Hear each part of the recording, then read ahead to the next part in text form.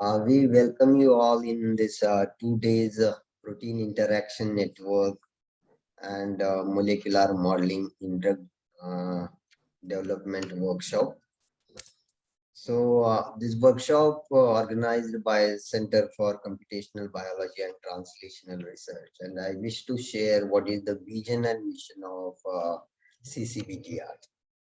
The vision of this CCBTR is to improve the human health through the pursuit of academic and research excellence in the and the major missions undertaken by Center for Computational Biology and Translational Research to create a multidisciplinary research environment include physics, chemistry, biology, mathematics, statistics, find the solution for complex biological disease.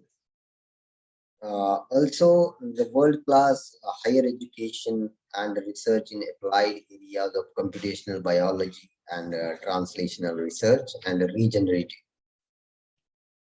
Another mission of Center for Computational Biology is to develop a research partnership with leading institute at national and international level to enhance interdisciplinary and collaborative research. And another one that disseminate a knowledge which is generated through research uh, by presenting or organizing the workshop, seminar, conferences uh, at national and international. So this is overall the mission. This center is established in the year 2019. And these are the little missions we have undertaken, and we following the national education policy of government. This center is come under the Institute of Amity Institute of Biotechnology, and Amity Institute of Biotechnology running a courses in biotechnology includes MTech, BTech, then MSc, BSc, and MTech in food. So this is overall information about the Center and Amity Institute of Biotechnology. I hope we have shared the detailed schedule, program schedule with you. Initially, we planned to go for offline workshop, but due to the pandemic and there is a situation is worsening day by day due to the COVID cases, and we switched in the online. So one more thing I request the participant, as we are doing offline, there should not be a bar that the session should be interactive, and if you have any queries, any questions, you either use the chat box to fire your questions, or you can raise your hand and we will unmute you and you can speak up what you want. So I think I definitely and I sure that you will be get benefited with this workshop, and you just move forward in the area of computational biology by referring this ask what we perform in next. So with this, I think we will request Vinod Anand to uh, speak about 1 minute. We will wait for few minutes. I again confirm for ProVCC. And Yes, sir. We have given the time by 9:20, so let's wait till yes, yes. 9:20, I guess. So yes, if I will call when. Viru sir, if you can show some light on the workshop. Yeah. Good morning, everybody. So, as Dr. Sagar has said that this particular workshop was specifically intended to introduce the concept of protein-protein networking or the significance of the identifying the target and related aspects like molecular docking, molecular simulations, and how it helps and facilitates drug design pipeline. Okay, So this entire workshop is focused on these aspects and how computational technology, or I would say computational biology or computational chemistry, will help in drug designing and related aspects. The first day is more on protein interaction.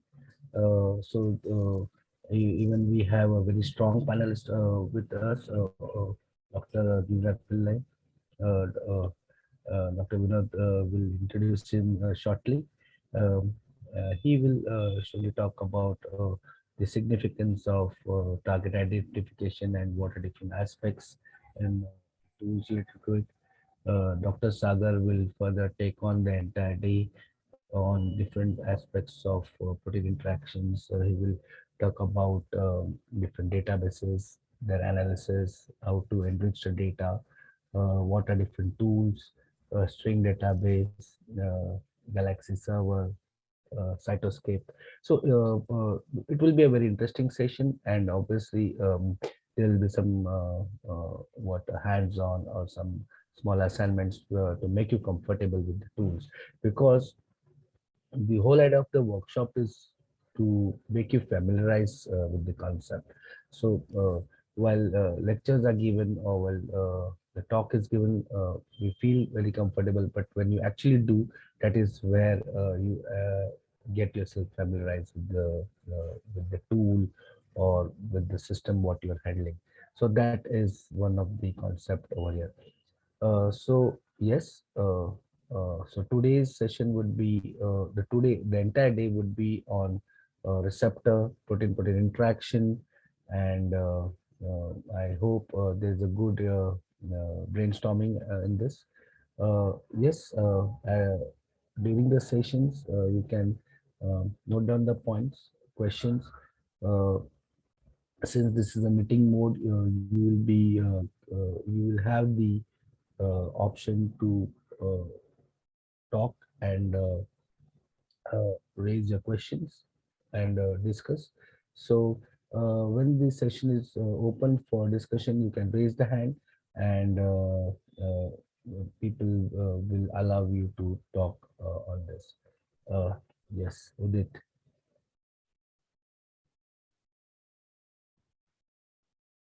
Yes, Udit. I guess it was by mistake. I was just checking out the Q&A. Okay, okay, no Yeah. problem, no problem. Yeah, so that was again one demo. Uh, that's the same way you will uh, raise your hand, and either the IT support or some of the panelists will allow you to get into the session and you can raise your question. Okay, so that is what today's session will be all about. Tomorrow will be more on molecular modeling, specifically docking and simulation. So that tomorrow's day starts with introducing the drug design pipeline. That particular session will be managed by myself. In that, the concept is introducing the drug design pipeline, make you understand the classical approach in drug design pipeline, and by taking today's reference, we will also understand how to use the output for analyzing the drug activity or a candidate activity using different techniques. The most the top technique will be molecular docking. What are the aspects of molecular docking and what output does molecular docking give you? Okay. So first session would be on the drug design pipeline, and we'll talk about different applications of computational chemistry and biology in drug design pipeline. Uh, uh, then we'll have a session by Dr. Sami Mukhopadhyay, who's a principal scientist at Novolit Pharma, and later we'll have hands-on session in molecular docking, and the final session will be molecular dynamic simulations. Unfortunately, we were going to have some hands-on on molecular dynamic simulations, but since this is online mode, we won't be having strong molecular dynamics simulations. But yes, we will be telling you some small tools, open source tools like NMD and something, which you can actually download and do the simulations at your hand. Obviously, that won't be hand simulation, but something at about 5 nanoseconds or something of that level. So tomorrow's session will be focused on that. Yes, we will be also discussing some case studies and how you interpret the results from the uh, data, what you get through molecular docking and simulations, related aspects. Okay, so yes, so I hope this would be a very uh, interesting sessions. Uh, and hope there's a good interaction between us and uh, good knowledge sharing as well. Okay, so this is the overview of the entire workshop. I'll hand it over to Dr. Vinod and just get to know whether VC sir is available or we will continue with our session. Okay, Dr. Vinod, please take over. Yes, sir. We'll just wait for 5 minutes for the confirmation, then we'll proceed otherwise.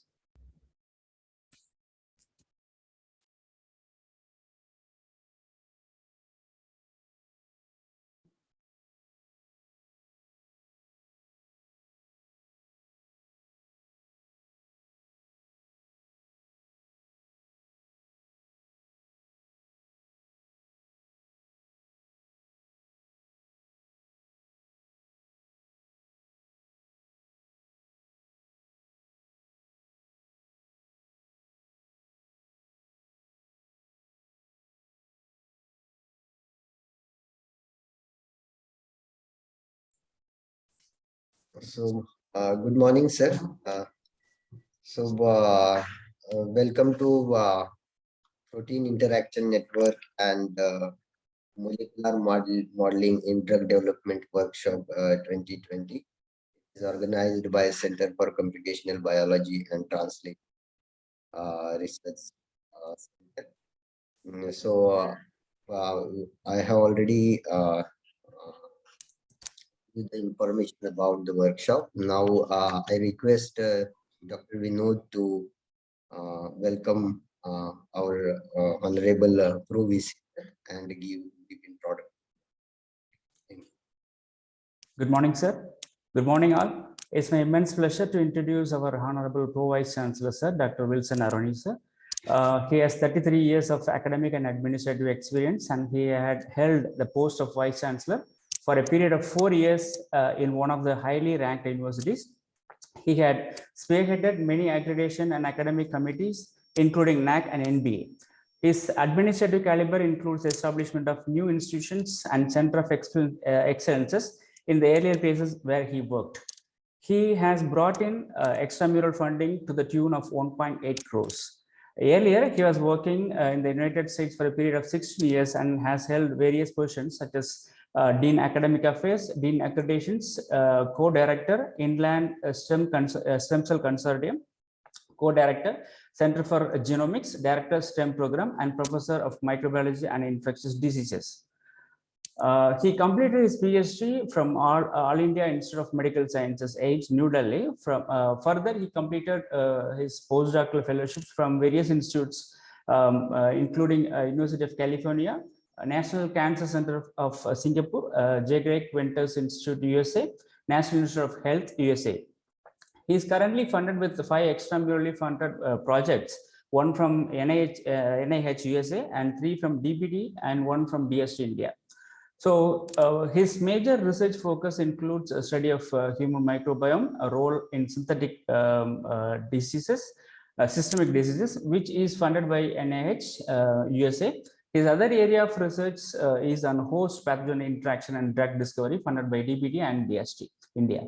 So his performance indices are H index 34, I10 index of 70, and with citations of 4,717.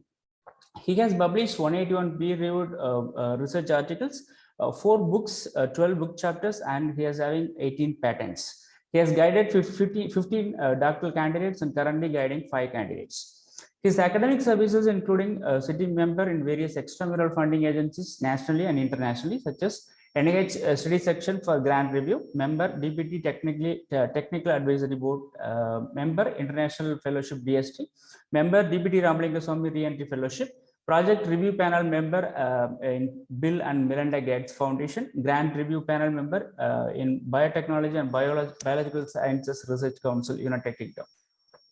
He also currently serving as editorial board and editor of high impact peer reviewed journals such as Infection and Immunity, Journal of Bacteriology, PLAS1, Molecular Oral Microbiology, Frontiers in Cellular and Infection Microbiology, Frontiers in Medicine, Frontiers in Public Health.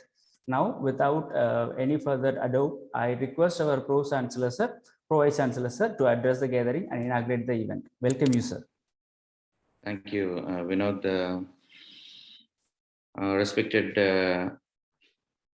department faculties, the coordinators of this conference, Dr. Sagar, Dr. Virupaksha, Dr. Vinod Kannan, and all the esteemed faculty members of Amity Institute of Biotechnology. And my dear participants, it gives me immense pleasure to inaugurate this conference, which mainly will focus on many new aspects of protein and protein interaction with regard to drug discovery and development. And we all know that Government of India some 20 years ago has given more importance for the bioinformatics innovations and initiatives, where a new center called BTIS was started through the funding of Department of Biotechnology throughout India. Later on, this had culminated into many reforms where the term bioinformatics now had moved on to many jargons such as in silico and all the other jargons, where now bioinformatics is now integrated with wet lab initiatives in all the research endeavors. But I should certainly say that bringing bioinformatics as one of the important pillars of biotechnology had made all the faculties, scientists to take advantage in bringing a very fast development. For example, the one that you are going to encounter these 2 days will be a very accelerated learning about the innovations in biotechnology and how you would go about in using the biotechnology tools, so that we could zero in on a couple of compounds or proteins that you might take as a lead for bringing in new drug lead molecule developments and etc. So we are indeed very happy that Amity Institute of Biotechnology has a very strong hands of biotechnologists and bioinformaticians as well. And the 2 people who are coordinators of this conference, Dr. Sagar and Dr. Virupaksha, they both are indeed very experienced in bioinformatic innovations, who are spearheading that part or that aspect of biotechnology in AAB. So these 2 days will be a very jam-packed module of hands-on workshop, which was very much wanted to be happening on hands in person. But because of the COVID situations, we didn't have any other option other than to have it on an online mode. But at the same time, a follow-up of this, the workshop will certainly be taken into the next level, where the participants will also be looking forward to a hands-on training at Amity Institute of Biotechnology once the COVID situations resolve. So I really thank the organizers for giving this opportunity for inaugurating. Being a medical microbiologist and later on turning into the biotechnologist field, I certainly should say that one of the important helping hands for me when I went for a postdoc to United States of America was only bioinformatics, because during that time there was no hardcore bioinformatics or coding or R package or whatever it may be. But whereas, with little known bioinformatics, I personally was able to excel more in the other part of the continent.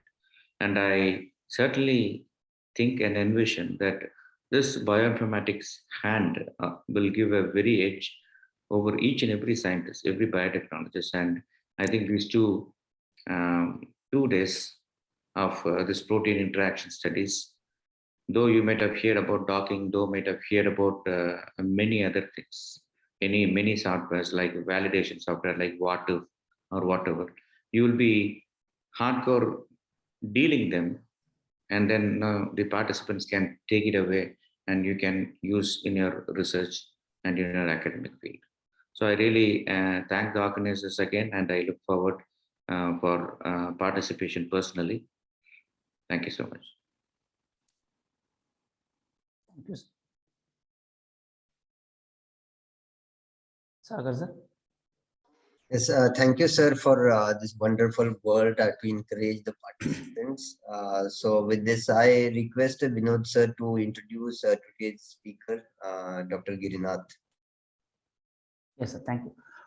It's my honor to introduce Dr. Girinath G. Pillai, Director, Shastra by Innovations. Dr. Pillai is one of the coordinators of Government of India's MHRD's Drug Discovery Hackathon 2020, Director and founder of Shastra Innovations, Bangalore, visiting scientist at Nairo Research in India, and formerly a Marie Curie Research Fellow at Malcor Limited, Estonia.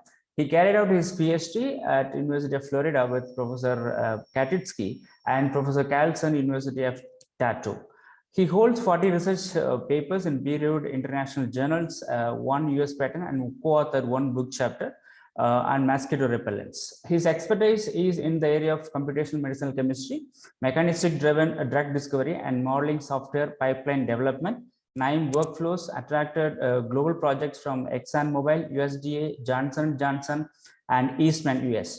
Currently, his focuses in the area of aging and longevity studies. Apart from the scientific portions, he is also a mentor at IITM Kottayam, Government of India's Nidhi Aayog, ATL schools, and research advisor to Pondicherry University and VIT and other institutes across the country. Now I request Dr. Girinath to deliver his talk.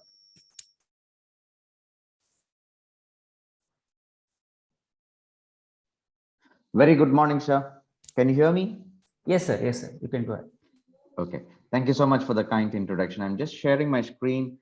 Please, someone confirm whether you are able to see it. Yes, sir. It is visible. Oh, great. Thank you. Okay.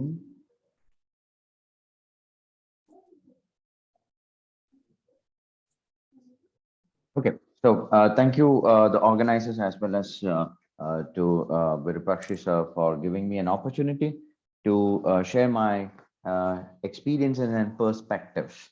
There is nothing like a definite endpoint for when you look at perspectives as a scientist. And also thank the Pro-Vice Chancellors and others, also dignitaries in this meeting for addressing, and also you rightly pointed out, things are already evolved, but we are yet to explore.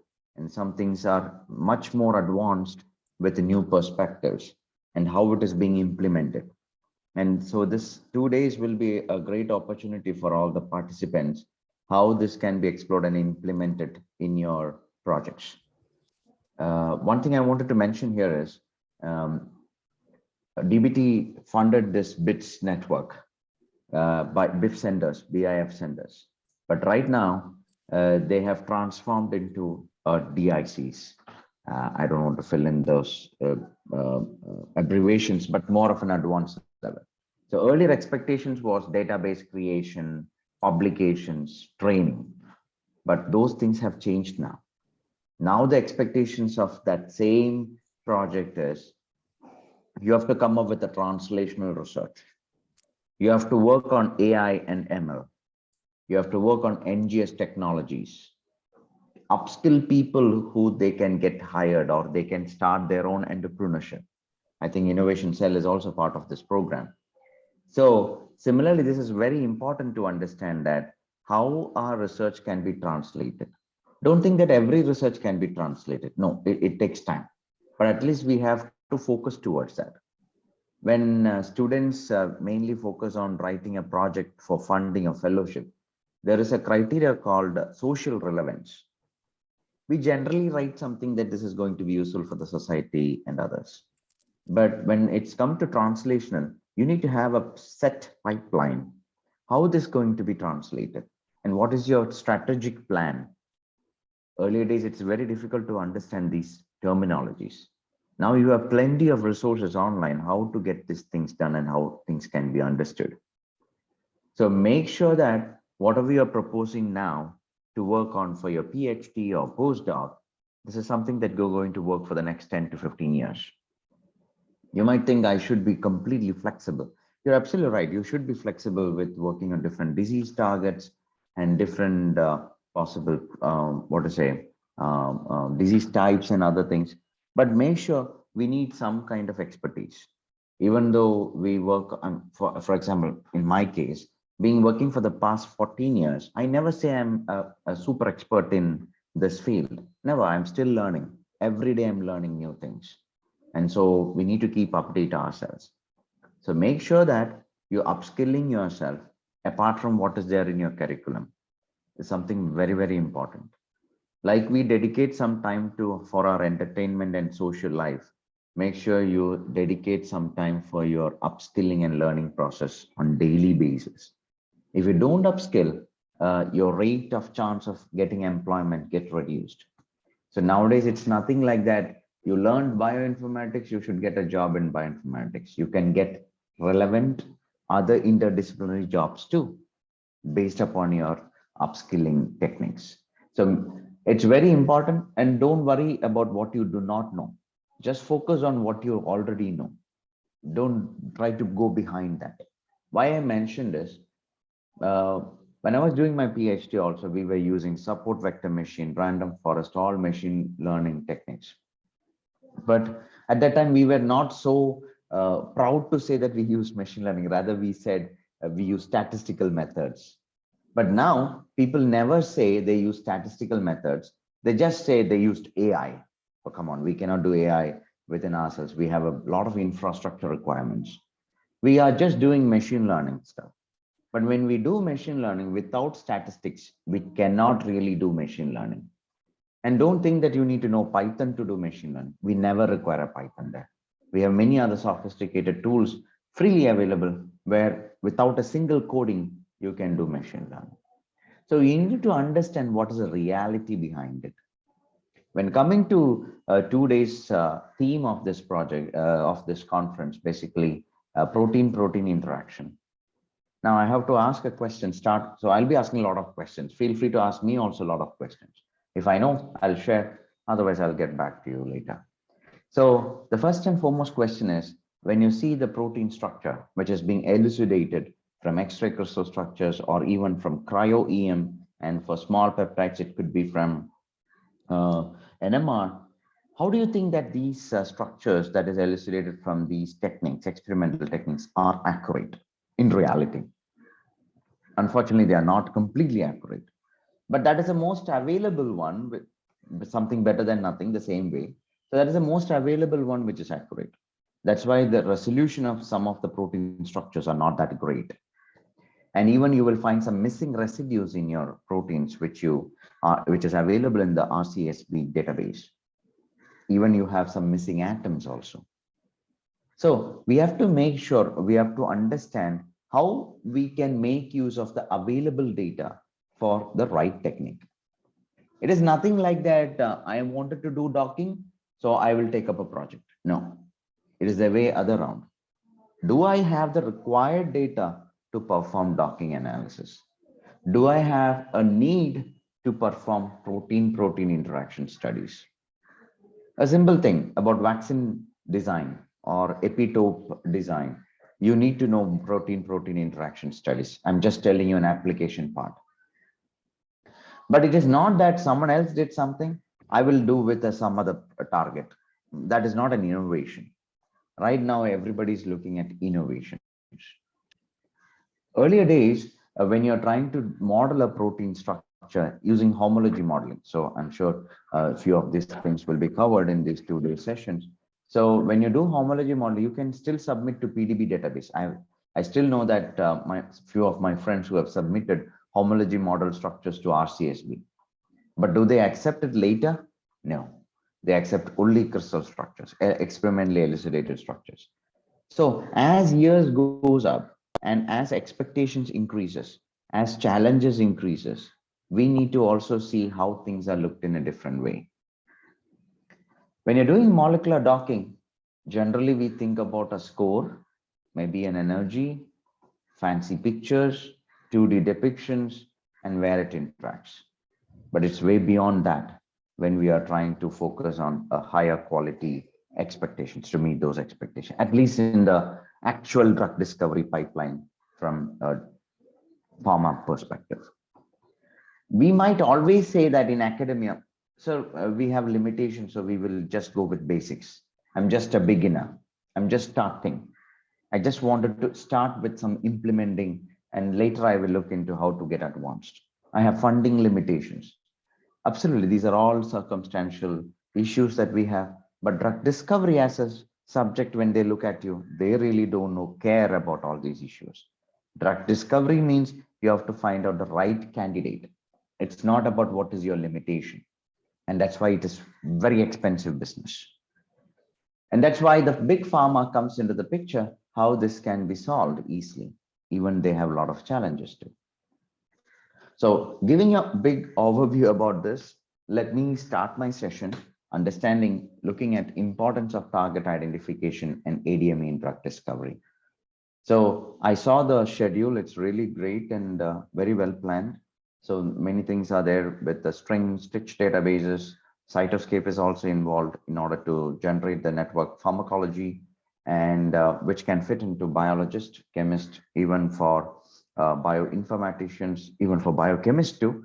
This very well fits with this particular schedule. So when I said that, I just remembered one thing. Make sure drug discovery is not a single man job. So it has its own role for different expertise. When you talk about drug, it's a chemical compound. So don't forget to involve an organic chemist there or a medicinal chemist there. If you forget to involve a chemist into your drug discovery project, you might be doing some other genomics, proteomics, or NGS related. Of course, we don't require a chemist there. But if a drug discovery project comes into picture, when a drug involves, a molecule involves, make sure you have a chemistry expert in your team. Otherwise, this is not going to work well, because biological perspective is in a different way. And when you combine with medicinal chemistry perspective, it will do much more wonders. So try to collaborate, cooperate among different multidisciplinary to have a successful candidate. It is not that always it is going to win. There are more chances your research might fail, but negative results are also having its own potential and importance. So moving forward, I'm trying to cover these many aspects today, just to give a total overview about drug discovery.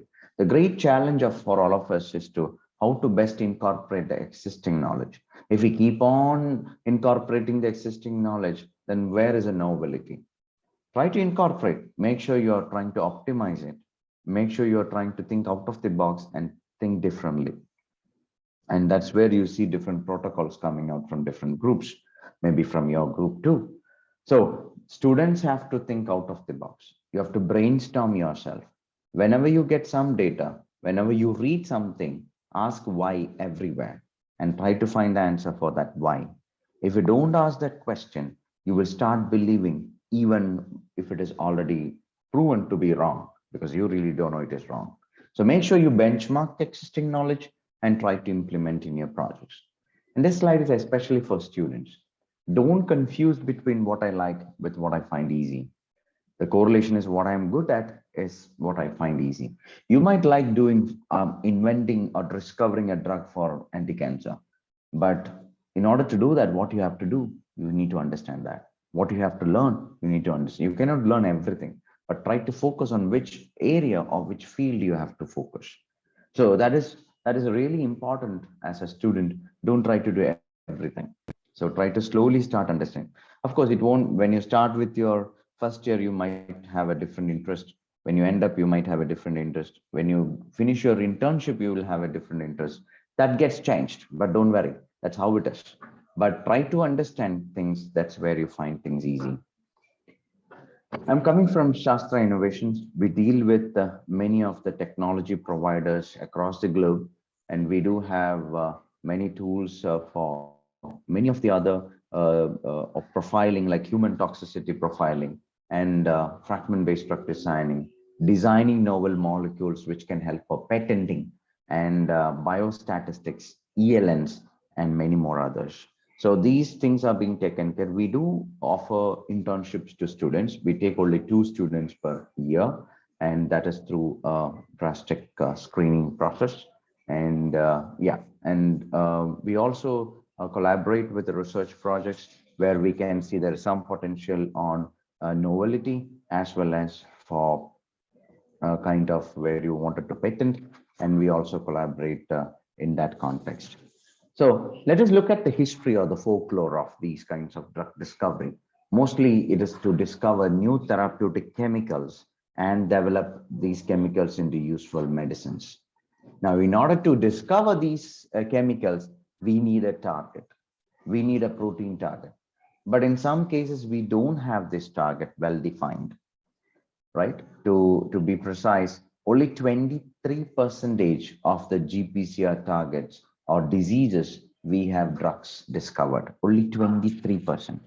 The rest of the almost 77%, we do not have drugs. So we still have more to do. It's not yet anywhere. If it was 50%, yeah, it's okay. It's like win-win situation. But here we are yet to fight to identify the drugs. So just after this COVID or during the COVID, we realized that the importance of these computational methods and in silico or bioinformatics methods, how we can boost up the discoveries of these drugs. Well, if you do it in the right way. This involves synthesis. That's why I said a chemist is involved anyway. Structure activity relationship. You need to understand the structure. You need to understand also what could be the possible activity, toxicity, and many more other features. Receptor interactions, which you're going to cover these 2 days, about the targets, proteins, whether it is a DNA or enzyme, and how the interactions taking place. What are the key amino acids? What is the role of those amino acids? If it is an enzyme, which is a catalytic site, are you targeting an apo site or allosteric site? All these things has to be looked at. So a person who works on targets and protein, make sure you understand each and every region and part of a protein. So, and also ADME and toxicity. Combining all these things together, we try to say that the medicinal chemistry or plant chemistry, or even we call it as drug design or drug discovery. Now, can any one of you tell me in the chat box? Let me put the chat and just yeah. So in the chat box, can you all of you type which is the area that you are from? I know most of you might be in bioinformatics. If you're bioinformatics, you need not respond. But apart from bioinformatics, what are the other field you are from? Can you please post in the chat? Okay, so biotech is also there. Okay. Oh, mainly biotechnology. So biotech and bioinfo. Without that, others. Any others? Okay, so even M-Pharm is also there. Okay. Nice. And how many of you plan to work on natural products or plant extracts? Whatever projects you're planning to do. If it is yes, throughout my session, the questions, if it is yes, you can type number 1. If it is no, you can type number 2, right? So just easy to keep you engaged. Yeah, so whoever is planning to work on plant extracts, isolations, or natural products, 1, and who not working, number 2. Okay, so only 1 person. Yeah. Yeah, make it fast. We need not to, due to the interest of time, we should go as soon as possible, fast as possible. Okay, so I understand that you're not too much into, there's a mix anyway. Okay, majority says that no drug resistance against studies off target effects. Okay, fine. So you can post in the comments and I'll look into it at that point. So why I was asking this question to explain in that context. That's why. Anyway, so we have some plants, and initially the drugs were on medication with viral, fungal, bacterial, and other related illness based upon medicinal plants or parts of the animals. And these were being documented in Charaka Samhita, then Bodhidharman's books, and then other Ashtanga Hridayam and Shushruta Samhita. They're all meant to be said as a holistic. But right now we have many more other techniques that can help us to understand how to identify these targets. And that is ultimate goal for us for these 2 days. So then in the 19th century, we looked at the rise of medicine, modern medicine, to understand how Louis Pasteur confirmed in 1857 that the hypothesis that the yeast were microorganisms. And that's where the evolving of big pharma. In 21st century, if you see, the amount of money invested into these drugs, into these pipelines are huge, but the number of compounds or new chemical entities approved per year is very less. Now there's a huge cost that is coming across. I'm sure that this particular slide would have been given, you have seen by many other presentation, but I want to give a different message here. Whenever we start doing wet lab experiments or bioassays, can you tell me how many compounds you usually test when you do bioactivity studies? If you have heard or if you have read in the paper or research papers, just to get an idea, how many compounds really you do test on bioassay or for biological activity studies? I'm sure faculties would be able to answer this question rather than students. How many you start? 2, 1, 10, 50? Okay. Approximately I 10 think molecules, sir. generally 10 molecules. Yeah. Okay, fine. So that is a good start, but make sure that you have at least the 10 molecules tested. Okay, if the otherwise you won't have the space to explore the diversity. What is the message that I wanted to give from here is that you need to understand when they start with the preclinical and clinical trials, they start with 10 to 20 molecules. When at that particular level, they are starting with 10 to 20 molecules. When we do computational biology or computational studies, make sure you don't end up with anything less than 10 molecules. So when you're doing a molecular docking studies, make sure you have 10, 20 molecules with you in order to do the testing, biological testing and all. And you should do at least 10 to 20 molecules minimum, bare minimum. So that was a message that I wanted to give here. So when at that particular preclinical stage, when we are starting with 10 to 20, why don't we do in a basic research, just to look at the potency, why don't we look at more molecules? It's very much important because these might fail later. So we need to have much more choices which could be selected from the others. As the phases progresses, you can see it gets reduced, and then also it also looks at how we can progress with the number of research subjects also. And at the end of the day, we will have around 1 to 2 molecules with an investment of 1.1 billion pounds, and number of research subjects will be 1,000 to 3,000 subjects. So when it comes into the market, it's already 11 to 12 years and already spent 1.2 billion pounds, and which is still ongoing. And that is a sad part here. There are many drugs, even after 6 years or 4 years, or even 10 years, they are being banned worldwide. So make sure this is not that everything is safe. We have to keep on researching. So when you just do computational studies and you say, this is my candidate, there is way more path to cover in order to get, but it's a good start. So now let us look at the multidisciplinary fact. The starting point of a drug discovery is target identification, but this target identification can be best done by biochemists, biotechnologists, and bioinformaticians. Basically, if you're looking at a computational approach, we are looking at a systems biology approach or a network pharmacology approach. And this is evident. And also we recently have some reverse docking, reverse pharmacology, and other techniques to identify what were the other similar compounds that's being already explored to the target genes or proteins to identify, to get an idea which could be the possible targets. But otherwise, we need to also understand what are the possible role of the key amino acids when you identify the protein target. If a protein is containing 100 amino acids, don't think all the 100 is having the same function. There could be certain conserved regions, motifs, domains, functional site, active site, catalytic site. They are all different. They could overcome each other, but they're all different. So we need to identify which are those key amino acids. If you don't identify those key amino acids before your docking and computational studies, you really don't have an idea what is the mechanism of it. For example, you have amino acid, let's say serine. You need to know if my drug or the compound is going to interact with serine, there I need to know whether the drug is going to facilitate the function or inhibit the activity. And this is very much evident to understand, where many of us are still missing this to report in our papers.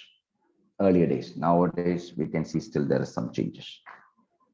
So the expectations have changed. Earlier days, in materials and method, we say target, this is a protein, this protein is being taken from here, and this is the function. But now we can see a section called as target identification and validation. We need to justify why this target and how did we end up with this target. When we ask students, generally they say, I checked literature, many people use the same target, so I also took it up. How do you know they did the right thing or they did the mistake? So we need to benchmark each of the selection and then understand its druggability, bioavailability, and also look at the prop design. And this is where we try to understand how these drugs can be validated. So the validation of these the target is something very, very trivial before we start drug discovery. There is another scenario when you do not have this, or when you're not having the structures of these targets, like 3D structure of the proteins, and don't think that homology models are good for drug discovery. No, they're worst for drug discovery.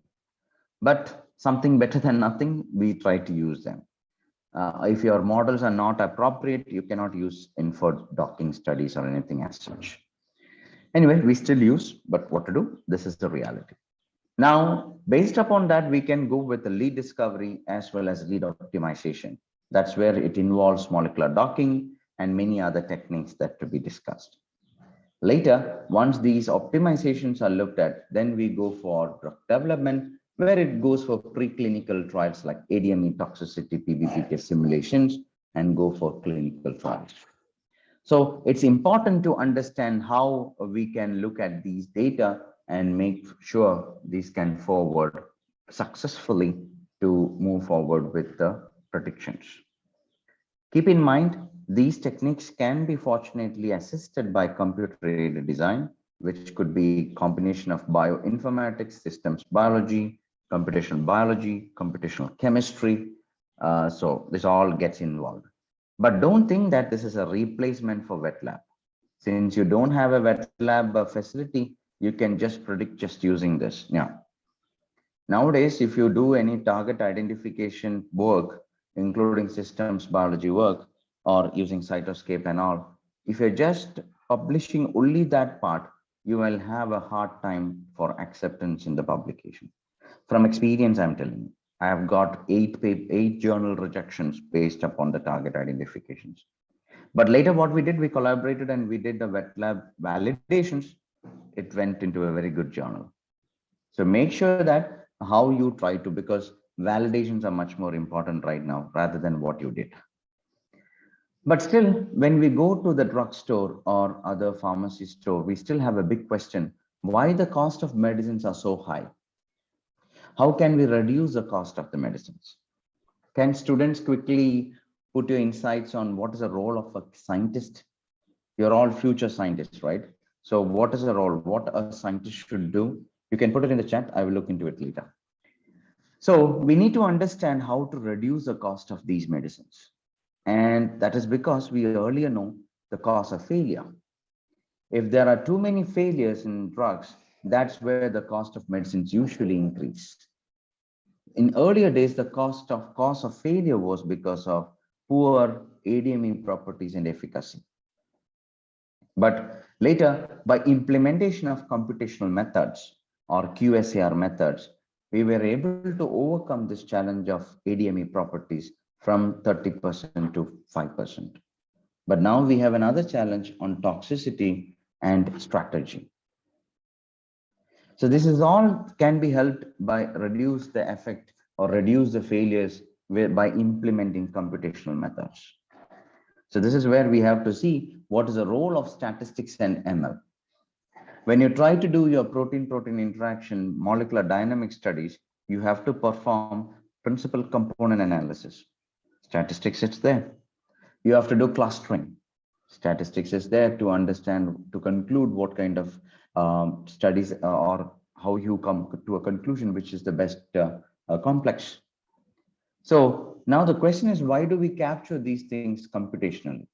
Or why do we need to capture the knowledge computationally? Because we could have different viewpoints, limited experience, limited memory, and computers have virtually unlimited capacity and recall. So this is something that we need to look at how these computational things can help us to accelerate the research. Okay, students have not yet put their views what a scientist should do. So how come you will become a scientist, tomorrow scientist? You need to just think, no, do a brainstorming and try to do it. It should be an interactive session, right? Anyway, so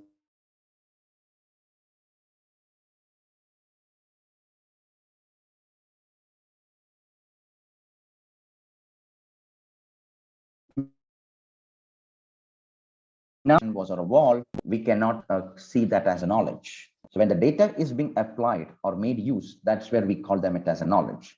So being able to search large databases of information and knowledge is useful, but again, limited if you're doing it manually, but computationally, it helps us. So nowadays you have a lot of access to many databases, even it's much faster. And the computers can apply stored knowledge much faster than a person. Even scientists have hidden biases. You will experience this when you get to know about protein-protein interaction. You will literally get confused which complex to choose just based upon the energy or just based upon the information that we know that these are the key amino acids that should have interactions. So scientists itself has some hidden biases for which knowledge to believe, right? And that has to be validated. So computers can explore more ideas and more quickly and rigorously than a person. That is very much true when you try to understand docking and when you try to understand molecular dynamics, you will get to know what are the different possibilities of interactions, what are the different possibilities of conformation, which can give you some idea. Don't think that just running a single conformation gives you the better results. No, you need to look at different ways and different viewpoints. So that's where we need to learn. We need to optimize, right? When you go for your proteins, targets, or molecules, initially you did an experiment, you understood how it behaves, how it reacts. Next time when you do, you need to optimize your experiment, or you have to make changes, or you have to also explore the possible mutations and understand. And next time you do it more efficiently. And this is something we call it as machine learning. This is something we call it as optimization. And this is also what we call it as we try to enrich the activity of any of the molecules in drug discovery. So in order to look at the importance of drug discovery, as I told you, drugs, anyway, chemists will be involved. I know it's all of a biology community and participants are here, but make sure when you talk about drug, the chemist will be involved. Where we are involved is mostly it's about the computational modelers as well as the informaticians. We have different pipelines, databases. We also work on docking. We also look at interaction studies. We also look at many other factors, how it can help us to move forward with drug discovery. But the problem here is when you work multidisciplinary, the transfer of technology or transfer of knowledge is a bit difficult because as a chemist, they understand in chemistry terms. As a biologist, I understand in a biology terms. How we can reduce this communication gap? We need to make sure that they each other understand the language that we use. The computational modeler should be aware how these drugs interact. The chemist should be aware how these proteins interact with these drugs. What are its requirements?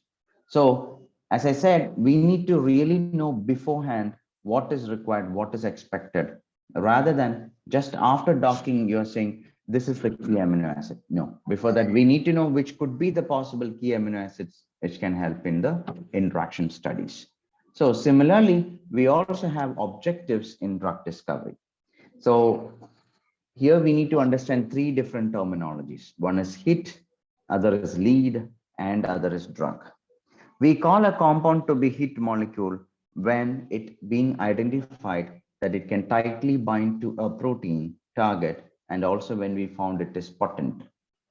Hit molecules are not less than 20-50 molecules. So hit molecules are never one or two, just one or two. Okay, so it is always more than that.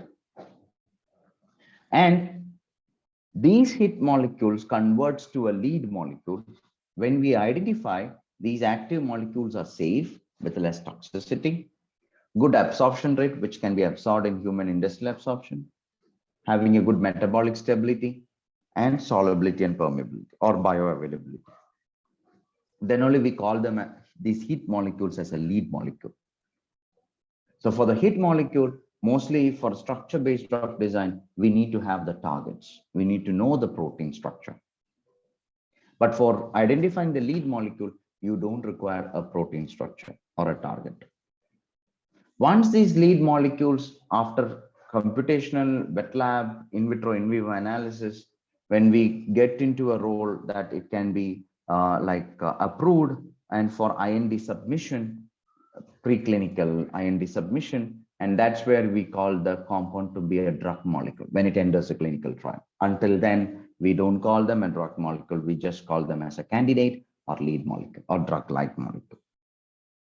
So in order to reach to that drug level, we really have a biggest importance for target identification. And we need to understand the structure activity relationship also. So tomorrow you are going to have sessions on molecular docking. Make sure you understand how this is being going to replicate the understanding which region of the molecule is going to be so helpful, not only just the score. So we need to understand which region of the molecule is very active, which region of the molecule is toxic. So they are called as pharmacophore and toxicophores, right? So this is where we need to look at certain few databases. I'm sure you might be aware of these databases, but thought to share because, as I said, I asked a question. So I saw a few of you already working on some phytochemicals and natural product databases. For other databases, it's already there in my slide share. All these slides are in my slide share account. I'll share the link at the end of the session. So you can go through Coconut database where around 4 lakh molecules are there. This database can be used for your docking screen. And you have Duke's database, which contains more of a plant extract isolated compounds. Then you have IMPAT database, which is from Institute of Mathematical Science, Chennai, from India.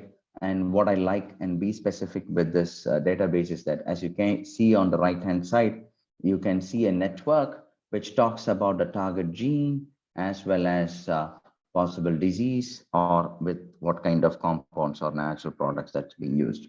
This is exactly what you're going to do rest of today, like a string stitch databases, generating the network using Cytoscape and all. So this database has given the information about each of the compounds. About 9,596 compounds are there.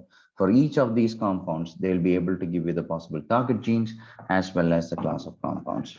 So this is very evident that that's where you start with your drug discovery objectives, right?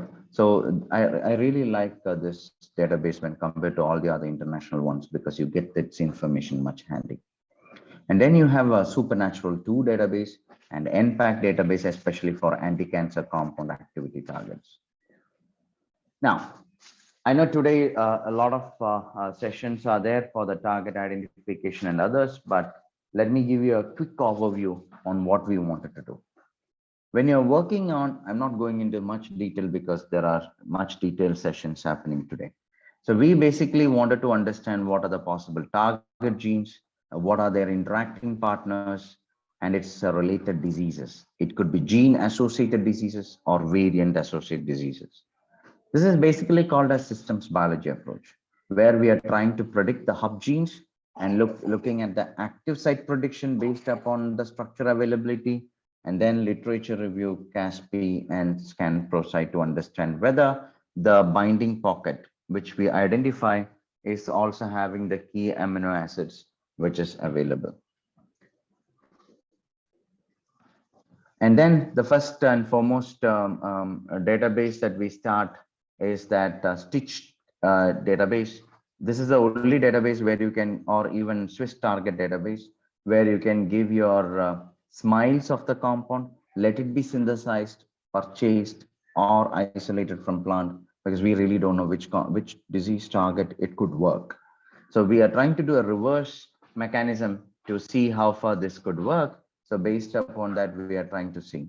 So you can give the smiles of these structures, and it will be able to predict the possible similar compounds, because you might be exploring a novel molecule. And based on the selection of similar molecules, you will be able to identify the target genes. And SMILES is a simplified molecular input line entity system. As you can see here, the structure, there's alphanumerical notation. That's what we call it as SMILES. Usually it is there in the database. If not, you can use any chemical drawings softwares where you can copy the SMILES. The drawback with these methodology is that the data source for all these, they are saying that this compound is from this compound is from particular target. Some of them are from experimental data sources, but most of them are from text mining data sources.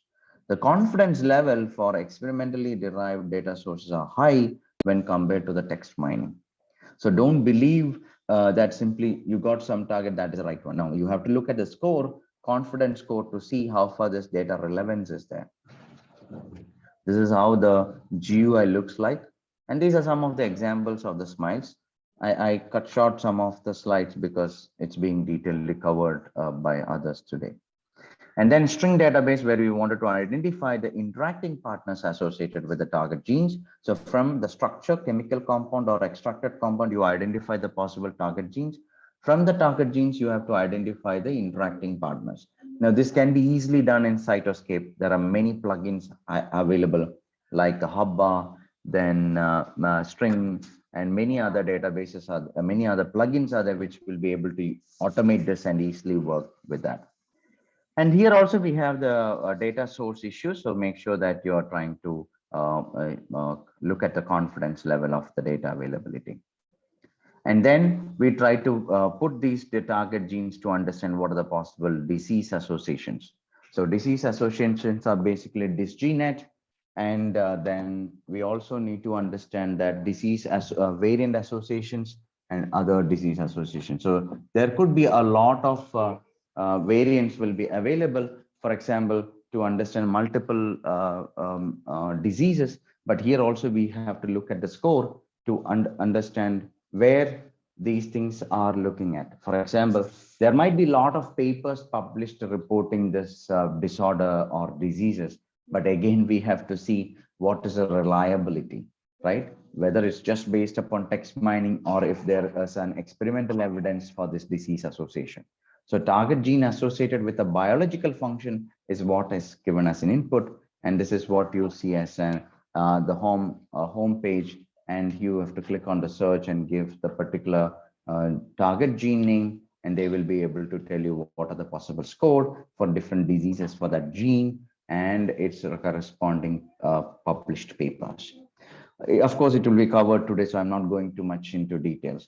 So in order to generate a network map, you need to have 3 different data. One is drug candidate or your molecules versus target genes. target genes versus interacting partners, target genes versus disease. These three data is very much important in order to generate the network map. And then we also look at the network construction using Cytoscape, which is also a freely available tool. I think today you have the last session on Cytoscape training also. So you will be able to create a network like this, where you will be able to see the compounds, the target genes, associated diseases, and you will be able to make a confirmation how these or which is a disease target that you can work on. So ultimately, you're trying to predict the target from understanding these kinds of techniques, or you have some other technique called as similarity ensemble search or hit pick server. What they are trying to do is they will take your compound and they try to do a similarity search against a co-crystal of the PDB structure. And based on that similarity, they will say, this is the protein, this could be the protein target for your structure, just based upon the structure similarity. Nothing based on anything else. It's just based on the structure similar. So whatever structures you give, it tries to do a similarity search against a co-crystal of the PDB. And then they try to tell you this could be the possible proteins. And then we look at whether the structures are available. If not, we have to go for in silico modeling. And if it is available, then we look at what are the possible bioassay corresponding and its mutations. And after that, we look at the bioavailability, druggability, what are the key residues for the functions, what are the possible pockets present, all those things has to be analyzed.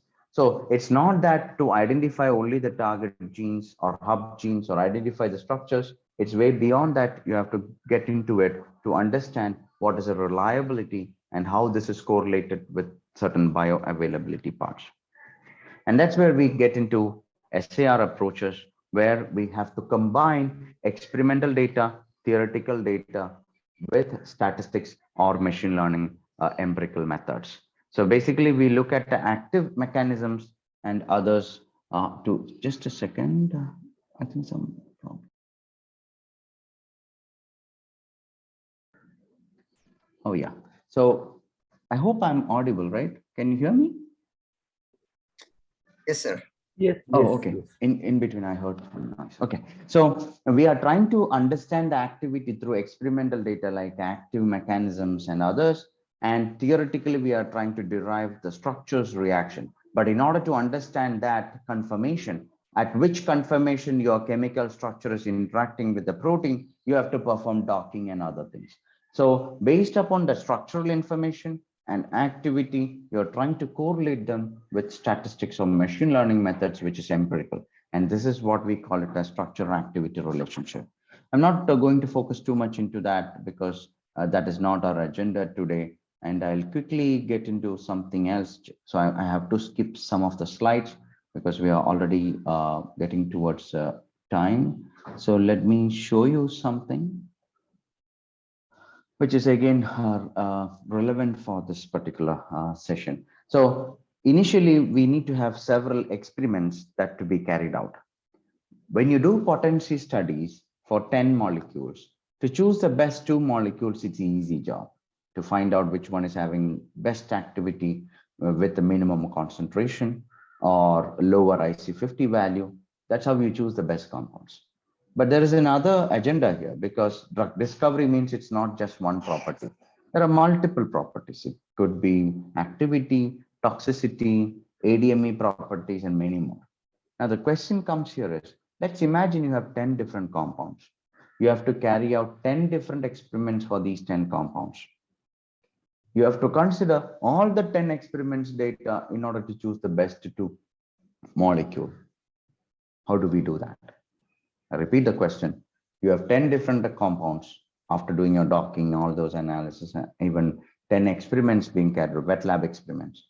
And you have to consider all these 10 experiments in order to select the best 2. How do we do? We cannot take an average. We cannot have anything like top priority, like only selecting activity based on that.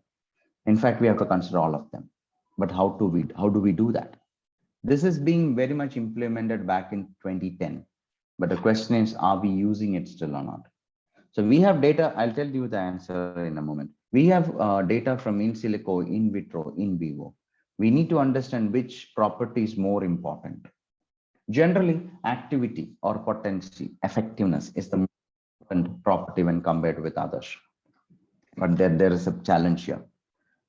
When you try to do all your when you try to do your titrations during your 10th or 12th, you would have realized that you have to do repeated readings, like 3 readings you have to do. That's generally just because it's being to overcome the human eye error. So if your results are just based upon 1 reading, then that's called uncertain. There could be experimental variability also. So if you're using that data in your predictions, you will also end up with the wrong predictions. So make sure whatever the experimental data you're considering, there is no uncertainty. And when you're doing selections, you have to look at the quality as well as the diversity. It's not that you have to look only on the score. It's not that you have to look only on the concentration. You have to look at the diversity of the chemical class. You also have to look how far this is being covered in different class of compounds, because while you're doing docking, it's not just one compound is docking. There are many compounds which docks. So it's not that there's no possibility. That's where a question comes here. I have a compound A, which is very active as well as toxic at lower concentration. I have a compound B, which is moderately active, but very less toxic. Now the question comes to you, which compound do you choose, A or B? So A is very active and very toxic. B is moderately active, very less toxic. Which compound do you choose, A or B? Yes. There are around 30 participants, only 2 of them are responding. Oh, others are responding. Thank you so much. Yeah. So many of you said B. I expected B. Yes, because as a biologist, we always go for B, right? But when we go for as a pharmaceutical chemist or pharma person, they will choose only A. The reason is the important property for me is activity. If the activity is more, I will try to optimize the structure to make changes to reduce the toxicity. But as a biologist, we think that toxicity shouldn't be there, at least it will be safe, even though we can see to look at the frequency, increase the frequency of the dosage and other aspects. In this question, there is no wrong answer. Both are correct.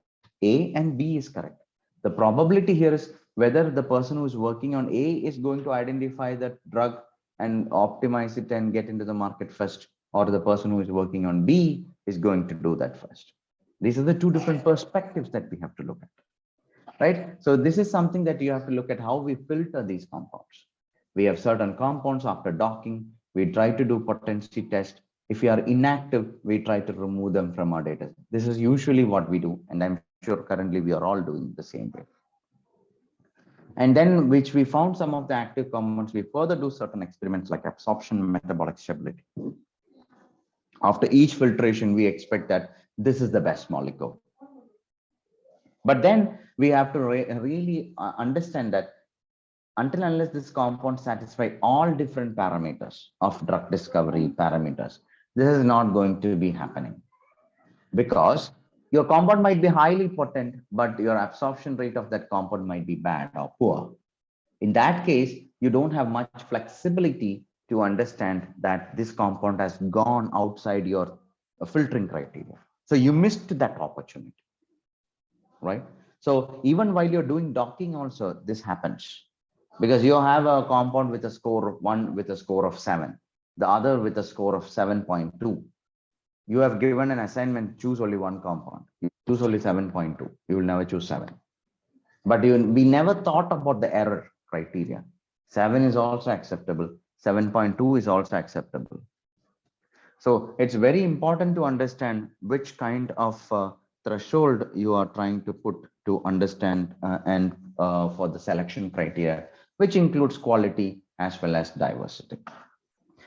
Right. So by this, I would like to end my session. So these are the prioritization techniques that you have to understand how we have to look into it. So what I covered today is the importance of target and its mechanistic amino acids that you have to consider for your docking studies and drug discovery projects, including drug design, and some of the key aspects that you have to consider for your selection of the compounds and the selection criteria and other properties that you have to look into. So we can also look into much more other details. So let me show you a few of the resources which I wanted to share with you. You can go through these papers, which is from my group when you have time, where these kinds of whatever I have shared now is being already implemented. And let me share this in the chat. The slides are already available here. Okay, and I just heard from Virupakshi sir that due to the online mode and machine limitation, you won't be doing MD simulation exercises hands-on. But let me give you a solution. You need not to do within these 2 days. Once you learn about MD simulation, you can do it later. So this is what the slides share, but this is the link which I wanted to share with you, where you can find some resources where you can run NAMD, which works on Windows, where you have to create all the VMD based data preparation, and you can run this on Google Colab. You can use your mobile phone also to run this. You don't require any, that it won't use your computer, your laptop power to run these calculations. So you can still run them. It seamlessly works fine. There's no issues at all. So you can run both NAMD as well as GROMACS. And there is another, this is one for GROMACS. You will be able to do a lysozyme experiment here seamlessly fine, and it successfully runs. All the scripts are hard coded into this, and then including the result analysis like graph generation, and finally about the RMSD, RMSF, radius of gyration. All those analysis are being done. All these calculations happens if you have a Google account, and it is free of cost. You can run it directly even from your mobile. It's just used for learning purpose.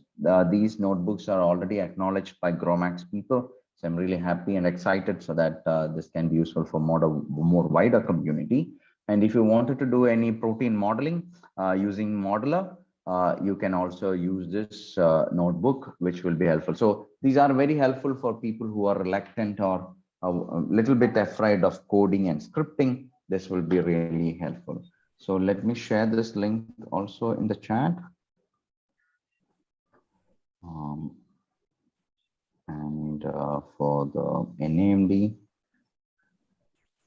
you need to just make a copy to your Google Drive, and that will, so that you need not remember about this link. Always it will be there in your Google Drive, right? So once you learn the theoretical part of the MD simulations, you can always try learning this. It will be easy for you to see what happens actually with the tutorials. Okay, so that's all from me for today. If you have any questions, I'm happy to. Sir, if participant have any question, the floor is open for question.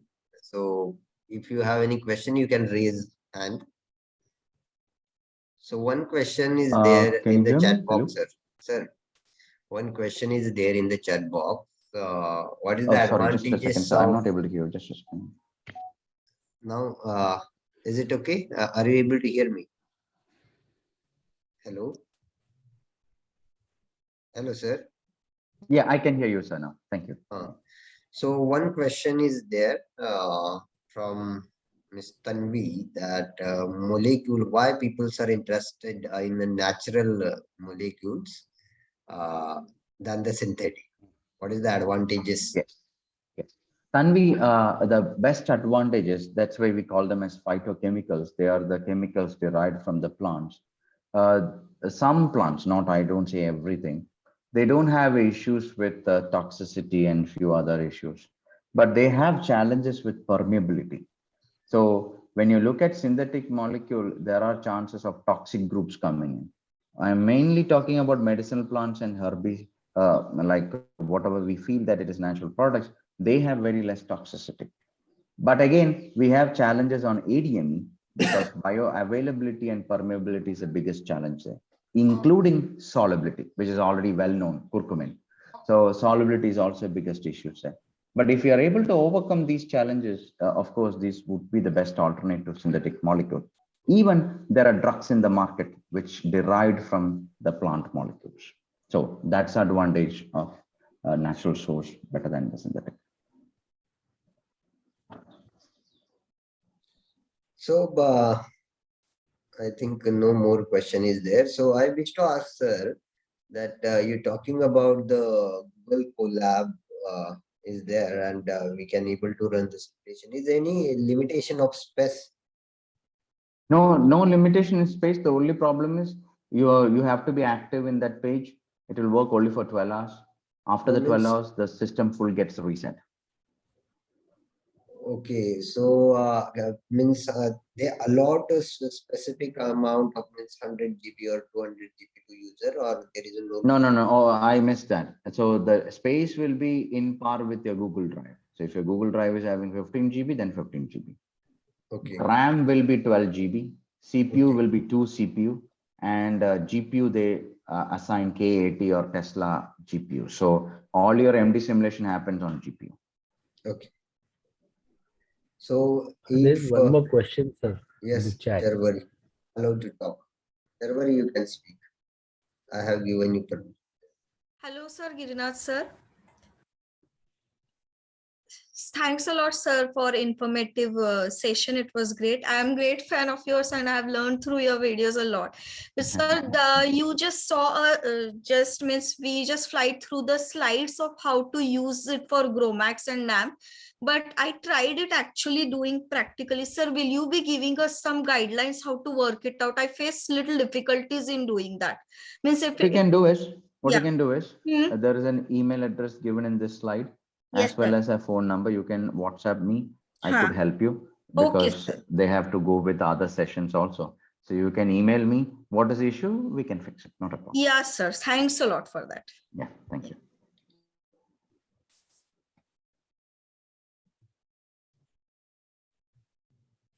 So anyone There's else? one more question.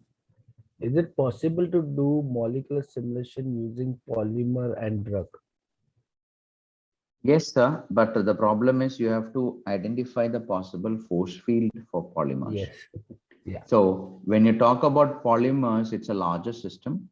The biological force fields does not work in polymers. So you have ReactFF, Compass, and Comp3. These are the different force fields available for polymers. But when you do that, you cannot use these MD simulation tools. You have to use something called as LAMMPS, LAMMPS. So that is a package that you have to use for those kinds of systems. You can. Thank you. Thanks a lot for it. Thank you. So I think no more questions, and thank you, Girinath sir, for this wonderful talk, and you Can accept I our request Dr. Girnath to start his cap so that we can have one print screen with him? Oh, I tried switching on my video. Let me try. Just a second. So can we? Can you see, sir? Let me stop sharing. So that should work. Yes, Are you able to see? No. it is Something else. inverted. No, something else has been seen. Oh, okay. No, I don't know what happened. Some change settings changed. Sorry. No, I'm not able to do that. no problem. So okay, sir, no problem. That you have given a wonderful talk, and you given information about the multiple components of bioinformatics. Means you just started with the drug designing. You just move from drug designing, then ADME properties, then the protein networking, and then structural activity relations. So a lot of information you have given to the student, and this information is very much helpful to start their work in the bioinformatics, as a supportive uh, research work for a biologist. So with this, I'm thankful for your deliberation, and thanks a lot. Thank you so much for your patience for everyone and for the interactions. Best of luck. So now I think 10:35 is there, and we will start our next session. I'm going to conduct that. So I introduce myself. I think there are most of the participants are already communicated with me, and there is no need of a lot of introduction. I am Dr. Sagar, working as associate professor at MIT Institute of Biotechnology, and we also as a member of Center for Computational Biology and Translation. So I will give the presentation for this 1 hour as per time schedule. We have shared with you that for this 1 hour I will present or clear some ideas about the protein interaction network, give some information about the protein interaction network, and actually hands-on will start from the next slide. Breaks, we will start actual hands-on.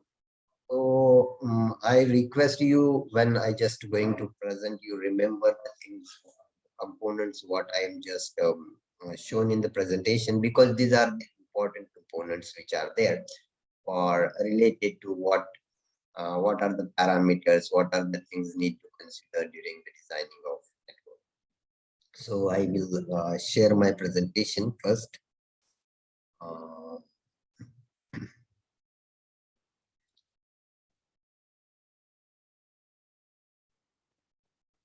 Is it visible, sir? Yes, sir, it's visible. So, and I request, so it is in presentation mode now. Yes, yes. So I request the participants that if you have any queries, any questions, you can raise hand, or you can put your question in the chat. So this is we will talk about the protein-protein interaction network. This is my information which already given to you. So first I just speak about what is the protein-protein interaction. So when we talk about the protein-protein interaction, this is nothing but the physical and selective contacts of high specificity established between two or more proteins. Okay. So means proteins are interacting with each other. There are the physical contacts and there are selective contacts. Means any protein cannot bind with any other protein. There is a selectivity is there, and there is specificity here. And these contacts are mostly non-covalent. These covalent contacts are not there. These are the non-covalent contacts are there. And why we going to study the protein-protein interaction?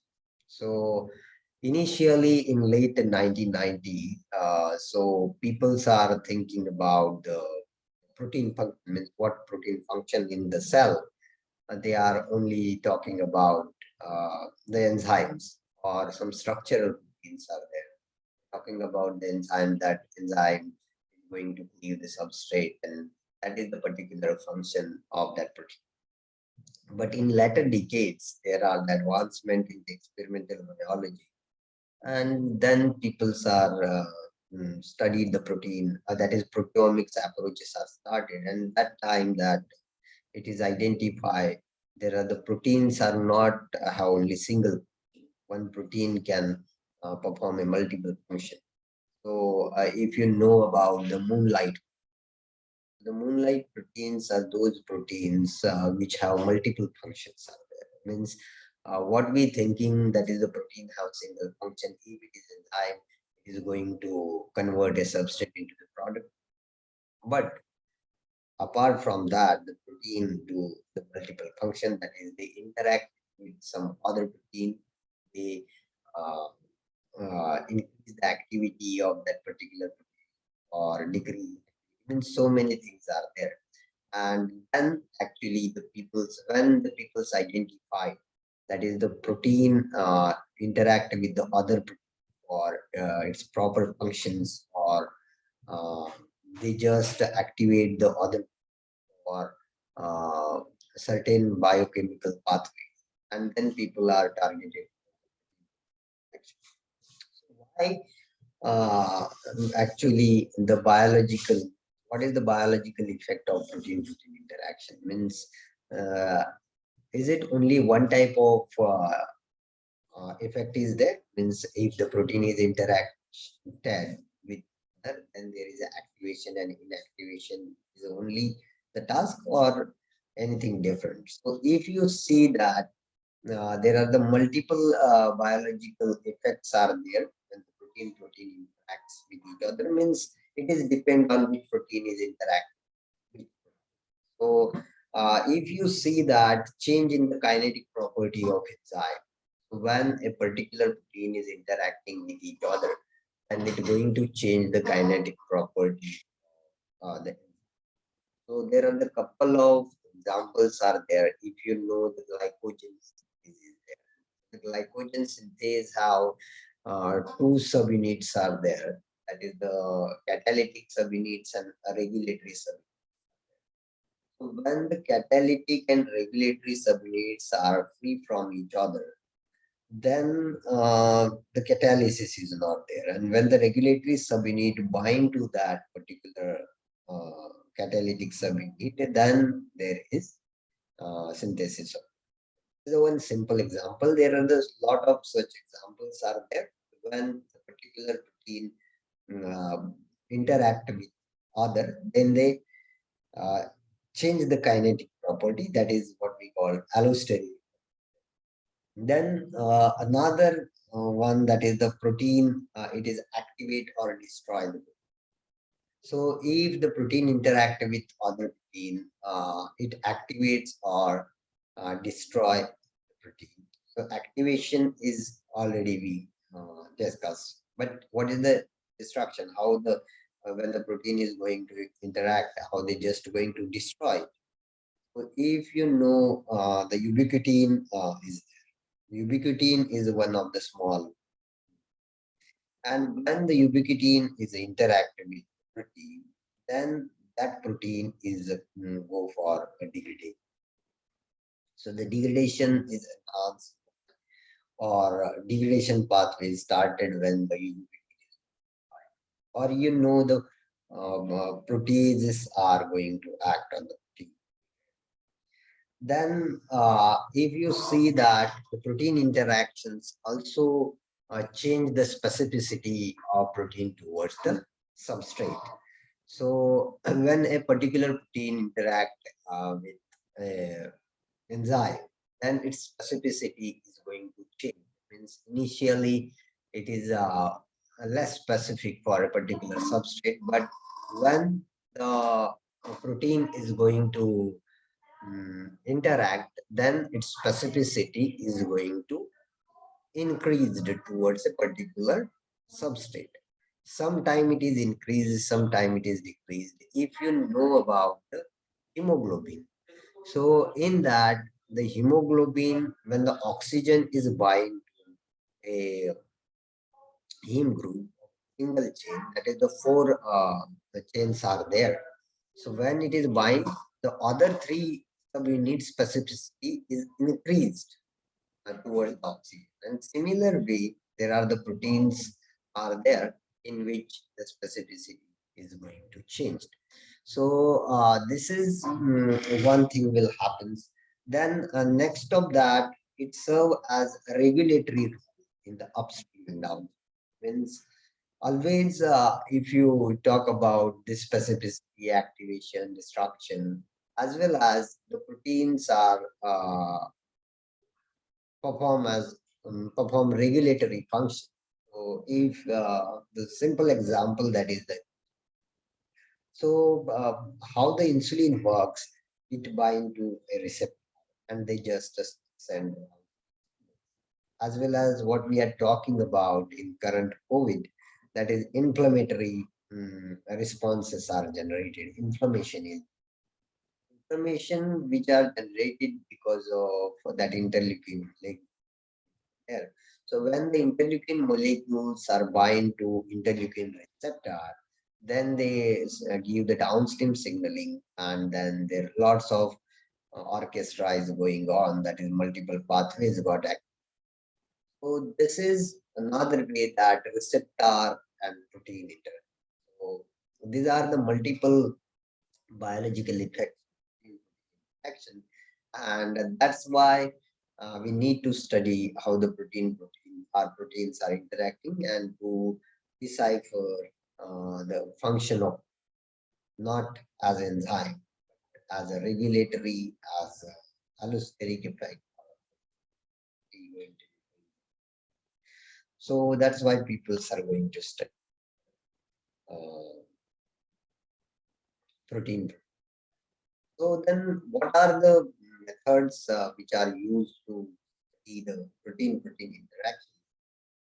So if you see that there are wet lab techniques are there and computational techniques. So again, that is the experimental techniques which are uh, fitted into two types, that is the biochemical and biophysical method. And second one, that is a molecular genetic approach. So biochemical and biophysical methods in which we going to study the affinity chromatography. So where we can see the protein-protein interactions, that your protein of interest you can attach with the resin, and then if you are interested to know that which protein are interacting with a particular protein, you have loaded on your resin, you load the sample, and then you just uh, do the illusion and you will get that which interacting with the specific target protein. Because if you are interested to know, suppose 10 proteins in your hand, and one protein you are thinking that suppose insulin is there, and you wish to know insulin bind with which one of the protein present in your sample, that 10 protein in your sample, then you just use insulin, means attach the insulin to your resin and load that at 10 proteins, and after that you just do the washing and then elution, and in elution what proteins are there, these are actually. Or next, that is co-immunoprecipitation. You can do that fluorescent resonance energy transfer, surface plasma resonance, atomic force microscopy, and X-ray diffraction. I think most of you already come across these techniques, that this technique able to see, use the interactions of action. But these techniques are means used at a specific time point, means you cannot able to see what we can say, that these protein-protein interactions are dynamic ones. These are the transient, means these are not stable for longer time, and these biochemical or biophysical techniques are not worthwhile for such type interaction, because suppose we are going to see the X-ray diffraction, so you need to purify a protein complex, and then you go for diffraction, and then you understand that these proteins are interacting. But you need to crystallize your complex, and if you fail to crystallize your complex, then it is means you will not get any information that which proteins are in. So as well as AFM is there, or as a surface plasma resonance. So all these techniques are not specifically, means you need to uh, use logically when there is a particular interaction, but you cannot capture all type of interaction using it. If the interactions are stable one, it is for longer time, then you can. Affinity chromatography is quite better, as well as co-immunoprecipitation better to identify. Then molecular genetic techniques are used to determine the protein-protein interaction. So this molecular genetic approaches which include the East-2 hybrid system and phage. So East-2 hybrid system, if we talk, you have to clone your gene of interest in a particular binding domain. The general thing is in the East-2 hybrid system that DNA binding domain and activation domain. The two domains are there, and these two domains are essential for the expression of why we call the two hybrids. So one gene we just going to clone with DNA binding domain, and another gene we just clone with that. And if this, then the expression is there. And if the DNA binding and activation domains are interactive with each other, then that particular downstream gene is going to express. That is what we can say, this is called a reporter gene. That reporter gene is going to express. And if not, then you can say that these proteins are not interactive. So that is a bait and prey protein we call. So this is the East-2 hybrid system, and the another molecular genetic approach that phage display.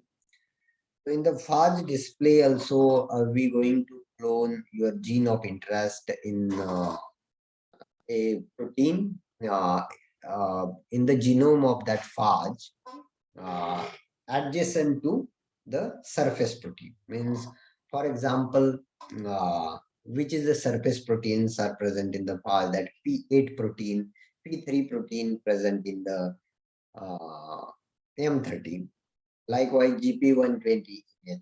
So you have to clone your gene of interest, means what protein you want to see it is interacting with other or not. So that gene you have to clone adjacent to that surface protein of the phages. And when the phages are formed, new phages are formed, then that particular protein is displayed with the that phage protein on the surface. And then you just use these phages, you load these phages on other proteins you want to check these are interacting with that specific protein you have cloned. And